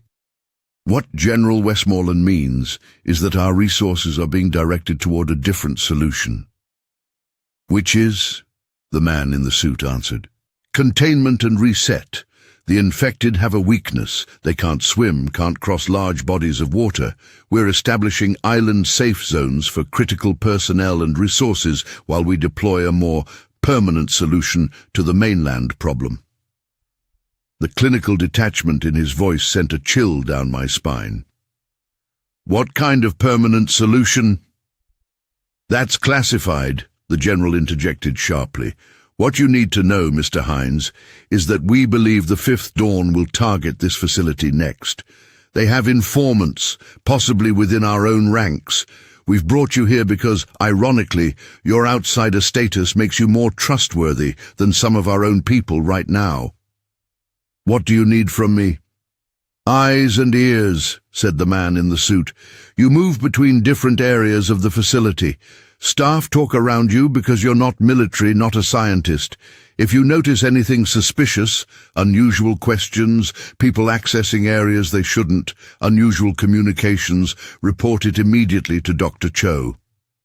I looked at Ellie, who gave me a small nod, her expression unreadable. I understand, I said, though I wasn't sure I did. Not fully. There were currents here, political and ethical, that ran deeper than I could fathom. After the meeting, I caught up to Ellie in the corridor outside. What aren't they telling me? I asked quietly. She glanced around to ensure we were alone, then pulled me into an empty laboratory. Everything, she said, her voice barely above a whisper. The virus, Project Lazarus. It was a military bioweapon, designed to target enemy combatants while leaving infrastructure intact, perfect for urban warfare. Jesus Christ! It got out of control during testing, started mutating faster than expected. The Fifth Dawn attack was real, but they didn't create the virus. They just exploited a containment failure that was already happening. And now... She ran a hand through her hair, a gesture of profound fatigue and stress. Now the military's solution is to reset the mainland United States. Reset how? Her eyes met mine, hollow with the burden of knowledge. Thermobaric weapons, massive ones, deployed strategically to create firestorms that will consume entire regions. They're calling it Operation Cleansing Fire. The words hit me like physical blows. They're going to bomb our own country, kill millions of survivors, along with the infected. They see it as triage on a national scale. Preserve what can be preserved, sacrifice the rest. The islands, Hawaii, Puerto Rico, certain other territories, will become the new United States after the mainland is cleansed. Her voice broke slightly on the last word. And you're helping them do this? Anger flashed in her eyes. I'm trying to find an alternative, a real cure, not just a vaccine. But I'm being blocked at every turn. Resources diverted, lab time restricted, test results classified. She lowered her voice further. Something's not right, Ray. The military command seems almost resigned to this solution, like they want an excuse for a reset. The conspiracy theorist in me, the part that had dismissed Marcus's rants just a week ago, now seemed alarmingly prescient. Could this have been deliberate, the whole thing? I don't know, but I do know the Fifth Dawn isn't wrong about everything. There are forces at work here beyond just containing an outbreak. She gripped my arm suddenly. I need your help. I think I'm close to understanding how the virus works, how it reactivates neural pathways after death. If I can reverse that process, create a true cure rather than just a vaccine. What do you need me to do? Keep your ears open like they asked. But report to me first, not them. And... She hesitated. I need access to the Level 4 biohazard lab. After hours, without surveillance. There are tests I need to run that haven't been authorized. The request should have given me pause. It was clearly against regulations, possibly treasonous given the circumstances, But after what she'd just told me about Operation Cleansing Fire, the normal rules seemed less relevant. "I'll help," I said. "Whatever you need." Life in the bunker settled into a strange rhythm after that. I performed my assigned maintenance duties during the day, keeping my eyes and ears open as requested. In the evenings, I would meet with Ellie in out-of-the-way locations to exchange information. What I learned troubled me deeply. The military was indeed preparing for the reset operation. Submarines were being positioned offshore with specialized missile payloads. Island territories were being fortified. Lists were being compiled of essential personnel, slated for evacuation before the operation commenced. Meanwhile, Ellie's unauthorized research continued in stolen moments late at night. I helped her gain access to the restricted laboratories, disabling security systems, temporarily using the maintenance access I'd been granted. What she was doing in those late-night sessions she wouldn't fully explain, only that she was getting closer to understanding the fundamental mechanism of the virus. "It's not just reanimating dead tissue," she told me after one such session, her eyes alight with scientific excitement despite her exhaustion. "It's creating a simplified neural network that bypasses higher brain functions but maintains basic motor control and predatory instincts. If I can develop a compound that disrupts that network." I didn't fully understand the science, but her determination was infectious. For the first time since the outbreak began, I felt a glimmer of hope, not for myself perhaps, but for humanity. Then came the breakthrough. It was nearly 3 weeks into our time at the facility. I was performing routine maintenance on the ventilation system near the command center when I overheard a heated argument from within. Pressing my ear to the wall, I could make out General Westmoreland's voice and that of the civilian in the expensive suit, whose name I'd learned was Director Harmon of the Defense Intelligence Agency.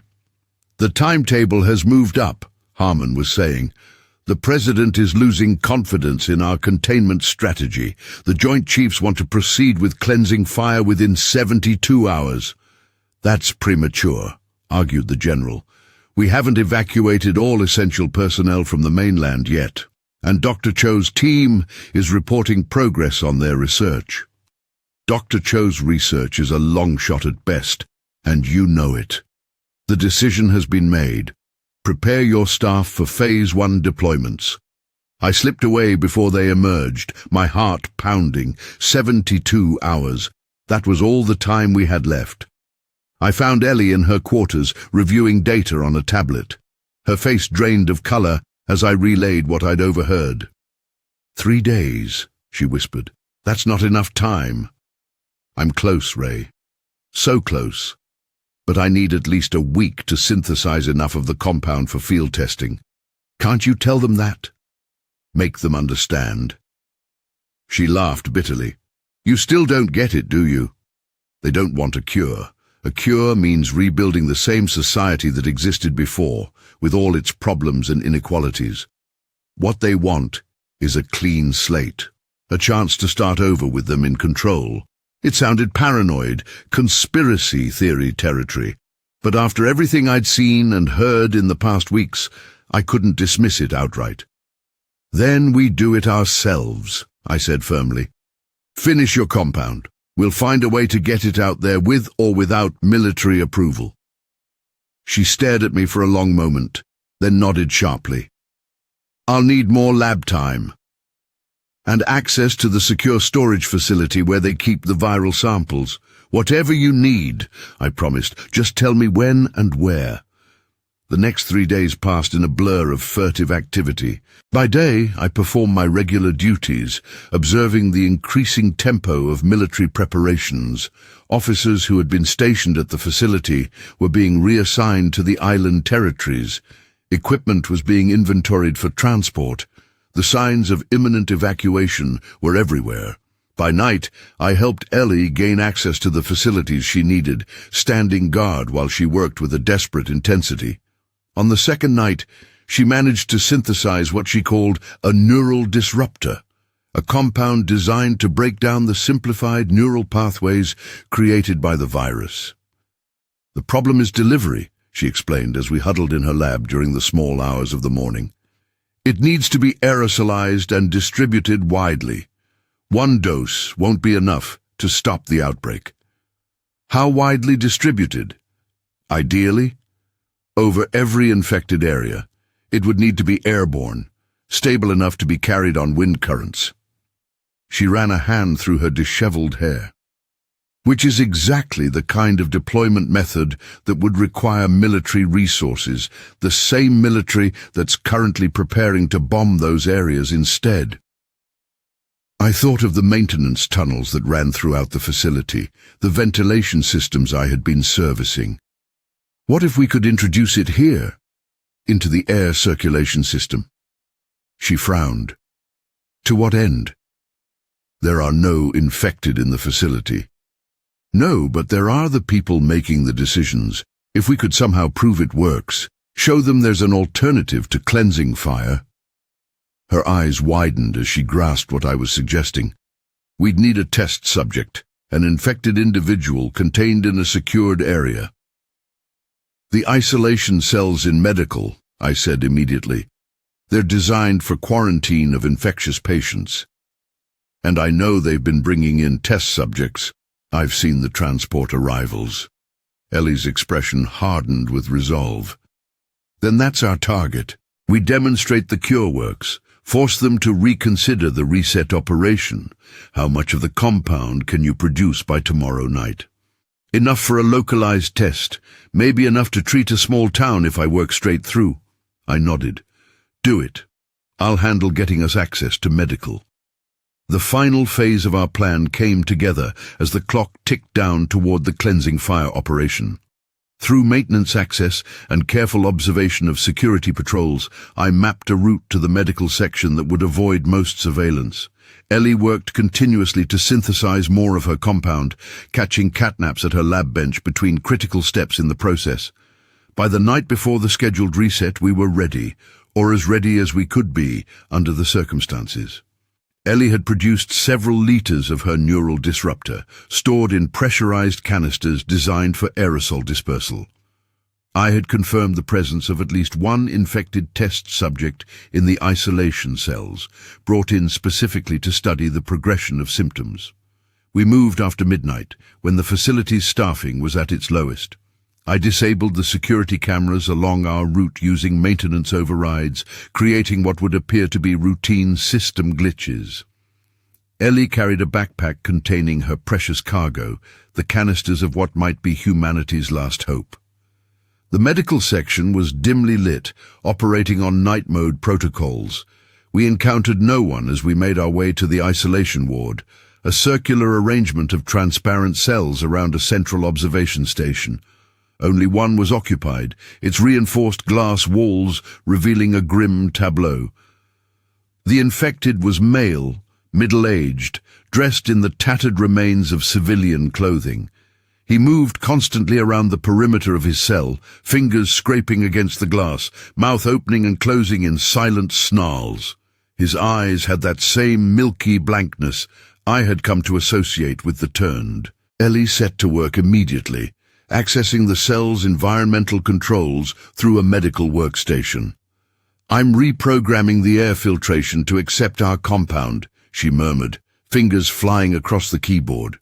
"Once it's introduced, we should see results within minutes, if it works."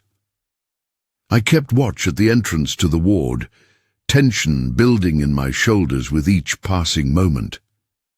We were committing what amounted to treason, interfering with military research, potentially sabotaging national security operations. If we were caught, the consequences would be severe. If the compound didn't work, we would have sacrificed everything for nothing. "Ready," Ellie said finally, connecting one of the canisters to the cell's air intake system. "Here goes everything." She activated the dispersal mechanism. A fine mist began to fill the isolation cell, swirling around the infected subject, who seemed not to notice at first.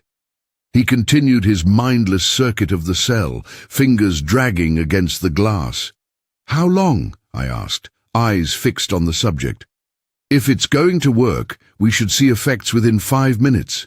Maybe less. The first change was subtle, a slight hesitation in the infected's movements, a momentary pause in his relentless pacing. Then he stopped completely, head tilting as if listening to something only he could hear. "It's affecting the neural pathways," Ellie whispered, excitement bleeding into her voice, "disrupting the simplified network created by the virus." The infected swayed on his feet, then staggered sideways, collapsing against the wall of his cell. His body began to convulse, tremors running through his limbs. For a terrible moment I thought we had merely killed him, replacing one form of death with another. But then his eyes changed. The milky film began to recede, revealing normal human irises beneath. His spasmodic movements slowed, became more controlled. He blinked repeatedly, as if waking from a deep sleep. "My God," breathed Ellie, "it's working." "It's actually working." The man in the cell raised a shaking hand to his face, touching his features with an expression of profound confusion. His mouth opened, but no sound emerged, his vocal cords perhaps damaged by the infection or simply unused for too long. "We need to document this," Ellie said, already reaching for her tablet. "Record everything. They can't ignore empirical evidence." A slow clap from the entrance to the ward froze us both in place. Director Harmon stood there, flanked by 2 armed guards, his expression a mixture of admiration and cold fury. "Impressive, Dr. Cho," he said, continuing to clap slowly.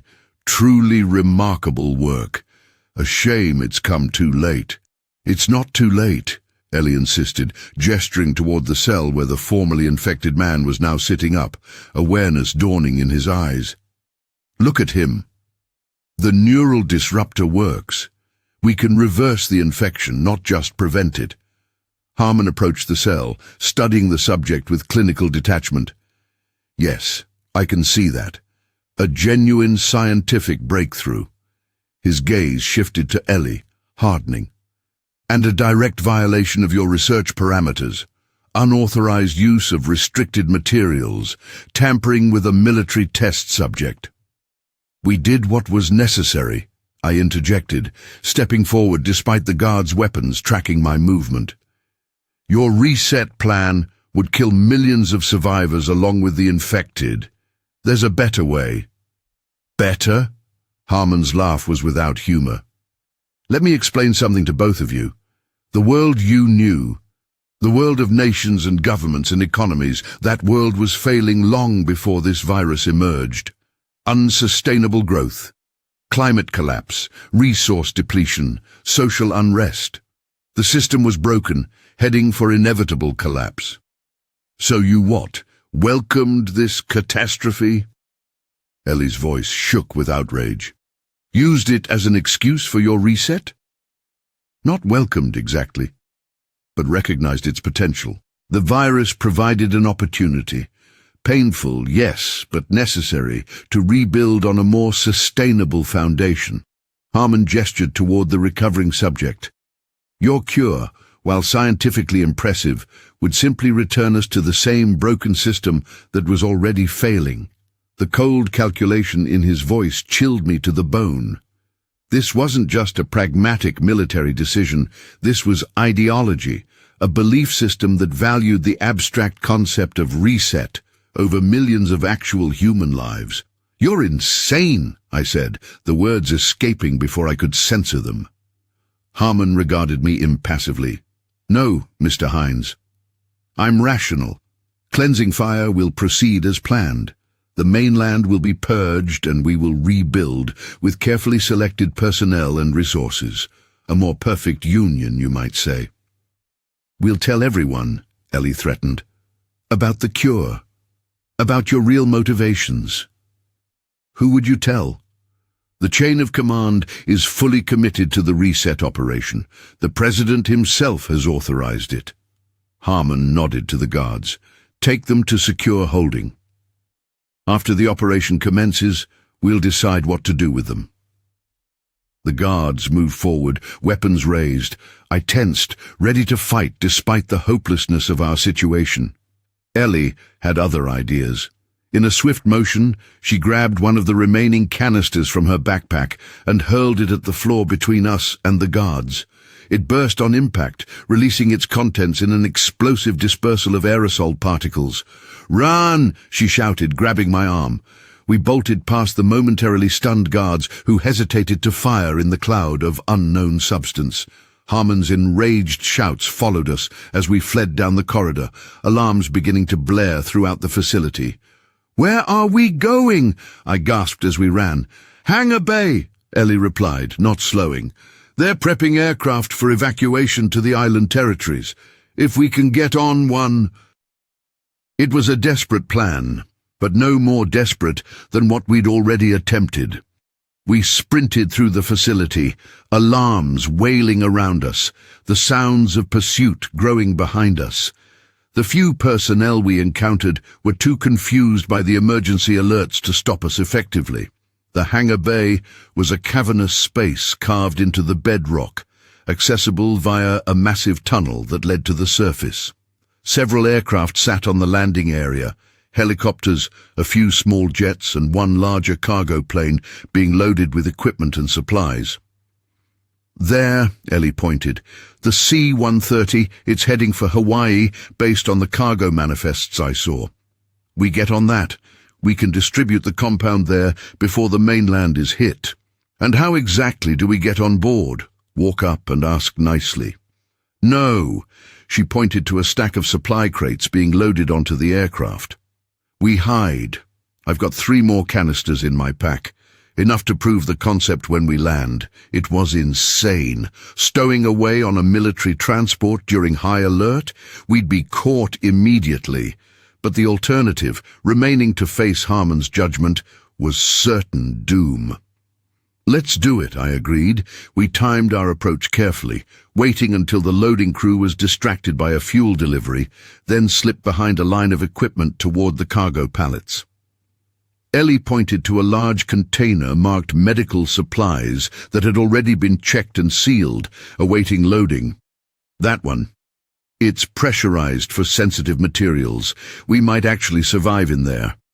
Working quickly, we managed to unseal the container, slip inside among boxes of pharmaceutical supplies, and reseal it from within just as the loading crew returned. Minutes later, we felt the container being lifted and moved, presumably onto the aircraft. The weight was agonizing, cramped, hot, and with limited air circulation. We didn't dare speak above a whisper for fear of being discovered. Around us, the sounds of final preparations continued, equipment being secured, pre-flight checks called out, orders given for immediate departure. Then came the vibration of engines starting, the sensation of movement as the massive aircraft began to taxi. My ears popped as we ascended, the pressure changes telling me we had successfully departed the underground facility. "We made it," Ellie whispered, clutching my hand in the darkness of our hiding place. "Now, we just need to survive the flight." The journey was hellish, hours of confinement in a space barely large enough for both of us, temperatures rising to nearly unbearable levels as we flew southward. We rationed the small amount of water Ellie had packed, taking tiny sips just to keep our mouths from completely drying out. And then, without warning, everything changed. The aircraft lurched violently, alarms blaring throughout the cabin. We were thrown against the sides of our container as the plane banked sharply, descending at a rate that made my stomach lurch into my throat. "What's happening?" Ellie gasped, clutching at handholds to steady herself. "Nothing good," I replied grimly. The descent continued, punctuated by the sound of shouted orders and running feet. Then came a voice over the aircraft's intercom system, the words muffled but still distinguishable through our container. "This is the captain. We've received emergency orders to divert to Johnston Atoll. Prepare for emergency landing procedures. Repeat, prepare for emergency landing. Johnston Atoll. A remote Pacific island that had once housed a chemical weapons disposal facility. Not Hawaii, not civilization. A former military outpost in the middle of nowhere. "Something's wrong," Ellie whispered. "This wasn't the flight plan." Before I could respond, a new sound drowned out everything else. The deep, resonant boom of distant explosions, powerful enough to be heard even at our altitude. The aircraft shuddered as if passing through turbulence. "No," Ellie breathed, her face ashen in the dim light filtering through seams in our container. "They've started." Cleansing fire has started. I felt sick. Despite our efforts, despite the proof that a cure was possible, the military had proceeded with their reset plan. Millions were dying at this very moment, consumed in artificially created firestorms that would leave nothing but ash in their wake. The landing, when it came, was rough but controlled. We felt the impact as the wheels touched down, the scream of reverse thrusters as the aircraft decelerated rapidly. Then came the relative stillness of taxiing, followed by the shutdown of engines. "What now?" I asked, the futility of our situation crashing down on me. We had failed, the reset had happened anyway, and now we were trapped on a remote island with military personnel who were likely under orders to apprehend us. Ellie's face showed the same devastation I felt, but beneath it was a steel-like determination I had come to recognize. "We still have the compound. We still have proof that it works. This isn't over, Ray." The post-landing procedures took nearly an hour. Unloading of critical supplies, deployment of personnel. We remained hidden in our container, which had been moved to some kind of storage area based on the echoing quality of the sounds around us. When all had been quiet for some time, we carefully unsealed our hiding place and emerged into a dimly lit warehouse filled with supply crates similar to our own.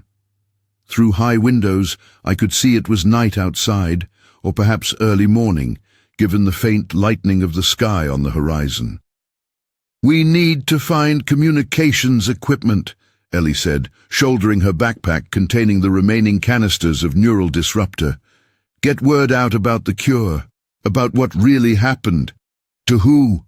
I asked, the weight of our failure heavy in my voice. If Harmon was telling the truth, the chain of command is fully committed to this plan. The mainland has been destroyed. Who's left to tell? She gripped my shoulders fiercely. "The world, Ray. The rest of the world. This wasn't just a US operation. It can't have been. Other countries, other governments, they need to know there's an alternative to scorched earth policies if the infection spreads to them." She was right, of course. If nothing else, we owed it to the millions who had just died to ensure their sacrifice wasn't repeated elsewhere. We made our way cautiously out of the warehouse into the humid night air of Johnston Atoll. The facility appeared to be a hastily reactivated military base, buildings showing signs of recent occupation after long abandonment, equipment still being set up, personnel moving with the slightly disorganized urgency of a new deployment. Taking advantage of the darkness and the focus on set-up operations, we managed to move between buildings undetected, searching for something that might serve our purpose. Eventually, we found it, a communications center being established in what had once been an administrative building. The center was staffed by just 2 technicians, both focused on setting up equipment rather than monitoring security. We watched from outside, trying to formulate a plan to gain access without raising alarms, when a familiar voice froze us in place. "Remarkable persistence, Dr. Cho. Mr. Hines." We spun to find Director Harmon standing behind us, alone and apparently unarmed. His expression was one of weary resignation rather than anger. "I suspected you might attempt something like this." The cargo manifests showed a discrepancy in weight that could only be explained by stowaways. He gestured toward the communication center. "You won't find salvation there. All transmissions are being monitored, all frequencies controlled. The narrative has already been established." "What narrative?" Ellie demanded. "That you murdered millions for your ideological reset? that a tragic but necessary containment protocol was implemented to stop the global spread of the infection. Harmon corrected smoothly. That heroic sacrifices were made to preserve humanity's future. The truth, from a certain point of view. Not the whole truth, I said, not the part where there was a cure, where all those deaths could have been prevented. Harmon studied us both, then sighed deeply. Walk with me, both of you. There's something you should see. Against all better judgment, we followed him. What choice did we have? Running would only delay the inevitable on an island this small, and something in his demeanor had changed, a resignation that suggested he was no longer actively pursuing our capture. He led us to a bluff overlooking the ocean, where the pre-dawn light was now clearly visible on the eastern horizon. In the distance, the silhouette of a massive naval vessel could be seen, an aircraft carrier, if I had to guess, though maritime identification wasn't my strong suit. The USS Ronald Reagan, Harmon said, following my gaze. One of several carrier groups now serving as floating command centers for what remains of our government. The new United States will be primarily maritime for the foreseeable future, with limited territorial holdings. Why are you showing us this? Ellie asked suspiciously. Harmon turned to face us fully, his expression grave in the growing light. Because I want you to understand the scale of what's happening. This isn't just about the infection, or even about the reset. It's about the very nature of human civilization going forward. He gestured toward the naval vessel. The Joint Chiefs, the Cabinet, what remains of Congress, they're out there right now, planning the next steps. And do you know what those steps include? He didn't wait for our response. Controlled recolonization of the mainland, using your cure, Dr. Cho. Ellie's intake of breath was sharp. What? Your research wasn't ignored. It was incorporated into the overall strategy. Phase 1 was the cleansing operation, removing the bulk of the infected population and creating fire breaks that would prevent immediate reinfection of cleared areas. Phase 2 is targeted deployment of your neural disruptor in zones selected for recolonization. You're saying they always plan to use my cure? Then why proceed with the bombings? Ellie's voice shook with barely controlled rage. Because your cure, impressive as it is, couldn't be deployed fast enough or widely enough to save the existing social structure. The infection had spread too far, too fast. But as a tool for controlled reclamation of territory, for that, it's perfect. Harmon's smile held no warmth. Congratulations, Doctor. You've given them exactly what they needed, not to save the old world, but to shape the new one according to their specifications. The implications washed over me like ice water. They had never intended to save everyone. The reset had always been the primary goal, with the cure serving as a tool for selective reconstruction afterward. You bastards, I whispered, hands clenching into fists at my sides. I understand your moral outrage, Harmon said, seemingly unmoved, but try to see the larger picture. The old system was unsustainable, resources depleted, environment collapsing, social structures fragmenting.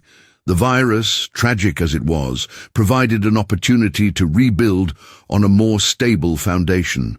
Limited population, carefully managed resources, unified purpose. He spread his hands.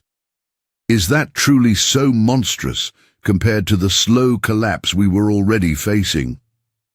You don't get to make that choice for the entire human race, Ellie said, her voice low and dangerous. Someone had to. Harmon turned back toward the ocean, where the sun was now cresting the horizon, painting the water in shades of gold and crimson. History is shaped by those willing to make impossible choices when necessary. I looked at Ellie, saw the same helpless fury in her eyes that I felt in my gut. What could we do against this? The decisions had been made, the actions taken. Millions were already dead. The world we had known was gone, replaced by something designed by men like Harmon, men who saw human lives as variables in an equation rather than people with rights and dignity. "What happens to us now?" I asked finally. Harmon didn't turn from his contemplation of the sunrise. "That depends on you. Your skills, both of you, are valuable to the reconstruction effort. Dr. Cho's scientific expertise is obvious, and you, Mr. Hines, have demonstrated remarkable adaptability and resourcefulness. The new world needs people who can not just survive, but thrive in changed circumstances." "You're offering us jobs?" I asked incredulously. "After what you've done?" "I'm offering you purpose," he corrected. "A chance to shape what comes next, rather than simply rage against what's already happened." Ellie's hand found mine, squeezed it tight. "And if we refuse?" "If we choose to tell others what really happened." Now Harmon did turn, his expression almost pitying. "Who would believe you? Against the full narrative resources of what remains of the United States government. You would be dismissed as traumatized survivors, conspiracy theorists, or worse." He shook his head. "But that's not the choice I'm offering. I'm suggesting you channel that righteous anger into something constructive. Help build a better world from the ashes of the old one." The worst part was, I could see the seductive logic of his argument. What was done was done. The reset had happened. Raging against it wouldn't bring back the dead or restore the world we had lost. Perhaps the only meaningful choice left was how to move forward. Ellie must have followed a similar thought process, because when she spoke, her voice had changed, still hard-edged with anger, but tempered now with a cold pragmatism. "I want full access to my research, complete autonomy in developing deployment methods for the neural disruptor, and transparency about which areas are being targeted for reclamation and why." Harmon studied her, then nodded slowly. "I believe that can be arranged. Your expertise makes you valuable enough to accommodate certain conditions." "And Ray stays with me," she added firmly, "as my research assistant, non-negotiable." I glanced at her in surprise. We had grown close over the past weeks, united by our shared mission and the trauma we had endured, but this was the first explicit acknowledgement of a partnership beyond our immediate crisis. "Agreed," Harmon said after a brief consideration, "provided both of you understand the sensitive nature of the work and the absolute requirement for discretion." The sun was fully above the horizon now, casting long shadows behind us as we stood on that bluff, making a devil's bargain with the man who had helped orchestrate the end of the world as we knew it. There was no good choice here, only the least bad one. "We understand," I said, speaking for both of us, "and so we became part of the reconstruction. Ellie's neural disruptor was refined, mass-produced, and deployed via drone aircraft over selected areas of the former United States. I worked alongside her, providing practical insights into deployment methods and sometimes serving as her conscience when the military's priorities conflicted with humanitarian concerns. Months passed. The fire zones, vast swathes of the mainland that had been cleansed by the thermobaric weapons, gradually cooled enough for initial survey teams to enter. What they found was as expected: total devastation with few survivors in the directly affected areas. But the fire breaks had worked as intended, creating zones where the infection had been contained rather than eliminated. These zones became our primary targets for the neural disruptor deployment. The results were promising. Infected individuals reverted to their human state, though often with significant neurological damage depending on how long they had been turned. Not a perfect cure, but a path forward. The reconstruction proceeded according to the military's careful plan. Strategic areas were reclaimed first: agricultural regions, water sources, energy production facilities. Survivors from the island territories were selectively returned to establish new communities, heavily guarded and strictly governed. It was not the world we had known, not even close. But it was a world where humanity continued, where the infected no longer represented an existential threat, and where, perhaps, something better might eventually emerge from the ashes of what had been destroyed. Ellie and I remained together through it all, our shared trauma and purpose binding us more tightly than any conventional relationship could have. We never fully accepted the justifications offered by Harmon and his ilk, never stopped mourning the millions who had died unnecessarily. But we channeled that grief into our work, ensuring that the cure reached as many as possible, that the reconstruction prioritized people over ideology whenever we could influence the process. And sometimes, in rare quiet moments between our labors, we would stand together and look toward the mainland, toward Detroit, where both of us had lost everything, where Karen and countless others had fallen victim not just to a virus, but to the calculated decisions of those who saw opportunity in apocalypse. "Do you think they'll ever know?" I asked Ellie during one such moment nearly a year after the reset. "The future generations, will they know what really happened?" She considered the question carefully before answering. "History is written by the survivors, Ray, and we're survivors." Her hand found mine, squeezing tightly. "Which means we have a responsibility to remember, to document, to ensure the truth isn't entirely lost, even if it can't be widely known yet." And so, alongside our official work, we began a secondary project, a detailed record of everything we had witnessed, from the first outbreak to the final decision to proceed with cleansing fire despite the existence of a cure.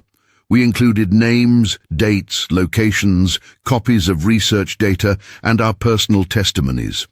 Not for immediate release, that would be impossible under the current regime, but for the future.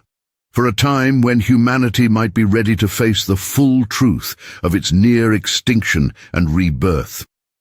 We stored this record in multiple locations, encoded in ways only we understood, embedded within innocent-seeming scientific data and personal correspondence, a time capsule of truth waiting for the right moment to emerge. The world continued its slow, painful reconstruction. New cities rose where old ones had been reduced to ash. New systems of governance evolved, some better than what had come before, others merely different. The infected became increasingly rare as the neural disruptor was deployed more widely, though isolated pockets remained in the most remote areas. And through it all, Ellie and I carried our burden of knowledge, the cure that came too late, the reset that wasn't necessary, the millions sacrificed on the altar of opportunity and control. We worked within the system while never fully accepting its premises, a quiet resistance that manifested in small acts of defiance and record-keeping. Perhaps someday, when the new world had stabilized enough to face uncomfortable truths, our records would emerge. Perhaps future generations would learn from our catastrophic mistakes rather than repeating them. Perhaps the reset, for all its horrific cost, would ultimately lead to something better. Or perhaps not. The future, as always, remained unwritten. All we could do was continue our work, bear witness to what had happened, and hope that humanity's capacity for wisdom would eventually outweigh its tendency toward self-destruction.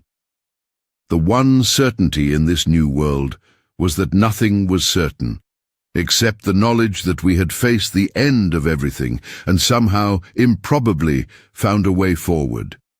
Not the way we would have chosen, not the way that should have been taken, but a path nonetheless. And in a world of walking dead and burnt cities, sometimes a path forward is the best you can hope for.